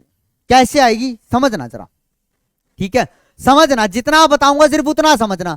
इस चीज को मैं ज्यादा एक्सप्लेन नहीं करना चाहूंगा क्योंकि उससे कोई लेना देना नहीं होगा। अल्टीमेटली तुम्हें यह चीज पता होनी चाहिए, वो अननेसेसरी हो जाएगी। अगर तुम्हें लगे फिर भी बताओ, अगर लगता है कि नहीं जी सर हमें तो जाननी है चीजें तो मुझसे बोल देना, तो मैं तुम्हें बाद में बता दूंगा। लेकिन अगर तुम्हें लगता है कि नहीं सर जो आपने बताया वो बहुत सही है, ठीक है, हो जाएगा। तो भैया देखो ये है इसकी क्या? वैलेंस शेल, ठीक। ये 3 तो कहां चले गए बेटा? अनपेड इलेक्ट्रॉन कोवैलेंट बॉन्ड बनाने में। अब कोऑर्डिनेट बॉन्ड भी तो बनाएगा ये। और मैंने बोला क्या था? सेम शेल के अंदर हमें यह देखना होता है कितने ऑर्बिटल खाली हैं या कितने ऐसे ऑर्बिटल हैं जिनके अंदर पेयर्ड इलेक्ट्रॉन है। ऐसी तो निकाल रहे थे कोऑर्डिनेट बॉन्ड कि भैया या तो वैलेंस शेल के अंदर क्या देखो कितने ऑर्बिटल खाली, जितने ऑर्बिटल खाली होंगे सेम शेल के अंदर तो भैया वहां पे क्या होगी? उतने ही कोऑर्डिनेट बॉन्ड। या फिर सेम शेल के अंदर, वैलेंस शेल के अंदर मुझे ऐसे ऑर्बिटल मिल जाए जिनके अंदर पेयर्ड इलेक्ट्रॉन है, जितने पेयर्ड इलेक्ट्रॉन उतने कोऑर्डिनेट बॉन्ड। तो भैया यहां पे मेरे को खाली ऑर्बिटल मिल रहे हैं ना, तो तुम अगर गिनने बैठोगे तो कहोगे सर 1 2 3 4 5 6, 6 ऑर्बिटल खाली है सर, और 1 2 3 3 अनपेड है। तो क्या हो जाएगा? 3 कोवैलेंट बॉन्ड और 9 क्या होंगे बेटा? और सॉरी 6 क्या होंगे? Coordinate bond. तो 9 आ गई सर। लेकिन आप तो लिख रहे हो 6, ऐसा क्यों? क्योंकि भैया ऐसा इसलिए हुआ क्योंकि ये जो एल्यूमिनियम है ना सिर्फ इन 3 ऑर्बिटल्स को ही यूज करता है। 3D सबशेल के अंदर 5 ऑर्बिटल, लेकिन उन 5 में से सिर्फ 2 को ही ये यूज कर पाता है, बाकी 3 को नहीं। सिर्फ 2 को यूज कर पाएगा। उसके पीछे रीजन है, वही मैं वो नहीं बताना चाह रहा क्योंकि वो बहुत लेंथी हो जाएगा। ठीक है, बता सकता हूं रीजन है कि 2 ही क्यों यूज किए सर इसने, बाकी 3 क्यों नहीं। तो भैया सिर्फ ये 2 ही यूज करता है। ऐसी कंडीशन, ऐसे हालात इसके साथ हो जाते हैं और सिर्फ इतना याद रख लोगे तो तुम्हारा काम हो जाएगा, तुम्हारा काम हो जाएगा जी। सिर्फ 2 यूज करेगा। डी वाले तो कितने ऑर्बिटल यूज कर रहे हैं बेटा? वैलेंस शेल के 3, 1 2 3। तो मैक्सिमम कोवैलेंसी कितनी बेटा? देखो 6। 3 तो यहां से आई और 3 यहां से आ गई। तो क्या बोलूंगा बेटा? इस 3 के अंदर क्या है? कोवैलेंट बॉन्ड है सर। और 3 क्या है बेटा? यहां पे कोऑर्डिनेट बॉन्ड है। ऐसे ही किसका निकालना? सिलिकॉन, फास्फोरस, सल्फर और क्लोरीन का। देखो क्लोरीन को स्टार मार्क कर रहा हूं। अगर ढंग से निकालोगे तो यहां पे तुम मुझसे क्वेश्चन पूछ लोगे और उस क्वेश्चन को मैं नेक्स्ट लेक्चर के अंदर ही क्या करूंगा बेटा? एक्सप्लेन करूंगा, ठीक है। लेकिन फिर कहूंगा बेटा भरोसा रखिए, इसका अगर मैं तुम्हें रीजन नहीं बता रहा हूं ना तो कुछ सोच समझ के। रीजन है क्योंकि क्या होता है काफी बच्चे ना उस चीज में कंफ्यूज करते हैं क्योंकि वो आगे का टॉपिक है 12th का। 12th में तुमने पढ़ा होगा, जो बच्चे मतलब अभी 11th में उनको तो नहीं पता चलेगा, लेकिन जो 12th में है या जो 12th पास आउट कर चुके हैं तो कोऑर्डिनेशन ज्योमेट्री, हमारे पास कोऑर्डिनेशन कंपाउंड आता था, वहां पे तुम पढ़ते थे स्प्लिटिंग ऑफ डी ऑर्बिटल। मैं एक आइडिया दे देता हूं, क्या पढ़ते थे, स्प्लिटिंग ऑफ डी ऑर्बिटल, ठीक है। तो स्प्लिटिंग ऑफ डी ऑर्बिटल से यहां पे वो रीजन निकल के आता है। तो अब सब बच्चों को नहीं समझ में आएगी वो चीज, ठीक है, लेकिन कोई हार्ड एंड फास्ट नहीं, तुम्हें वो चीज पता होनी चाहिए, वो तो एक एक्स्ट्रा नॉलेज हो जाती है चीज। तुम्हें बस ये है कि वो याद नहीं रखने, अगर तुम्हें वो रीजन समझ में आ जाएगा ना तो तुम्हें पता चल जाएगा कि इसने दो ही क्यों यूज किए। लेकिन ये दो ही यूज करता है जी, जो हमारे क्या होते हैं डी सबशेल के 5 ऑर्बिटल होते हैं उसमें सिर्फ 2 यूज हुए। तो क्या आ गई, मैक्सिमम कोवैलेंसी कितनी आ गई बच्चे हमारे पास, 6 आ गई। ऐसे ही सिलिकॉन की निकालना, फास्फोरस की, सल्फर की और क्लोरीन की, ठीक है। तो भैया क्या ये स्टेटमेंट ठीक है जो भी बोल रहा हूं कि third period elements have maximum covalency greater than 4 या maximum covalency than second period element, ठीक है। देखो इसको ऐसे लिख देता हूं, क्या लिख देता हूं, थर्ड पीरियड एलिमेंट्स तो मैक्सिमम कोवैलेंसी क्या greater than second period elements, maximum covalency.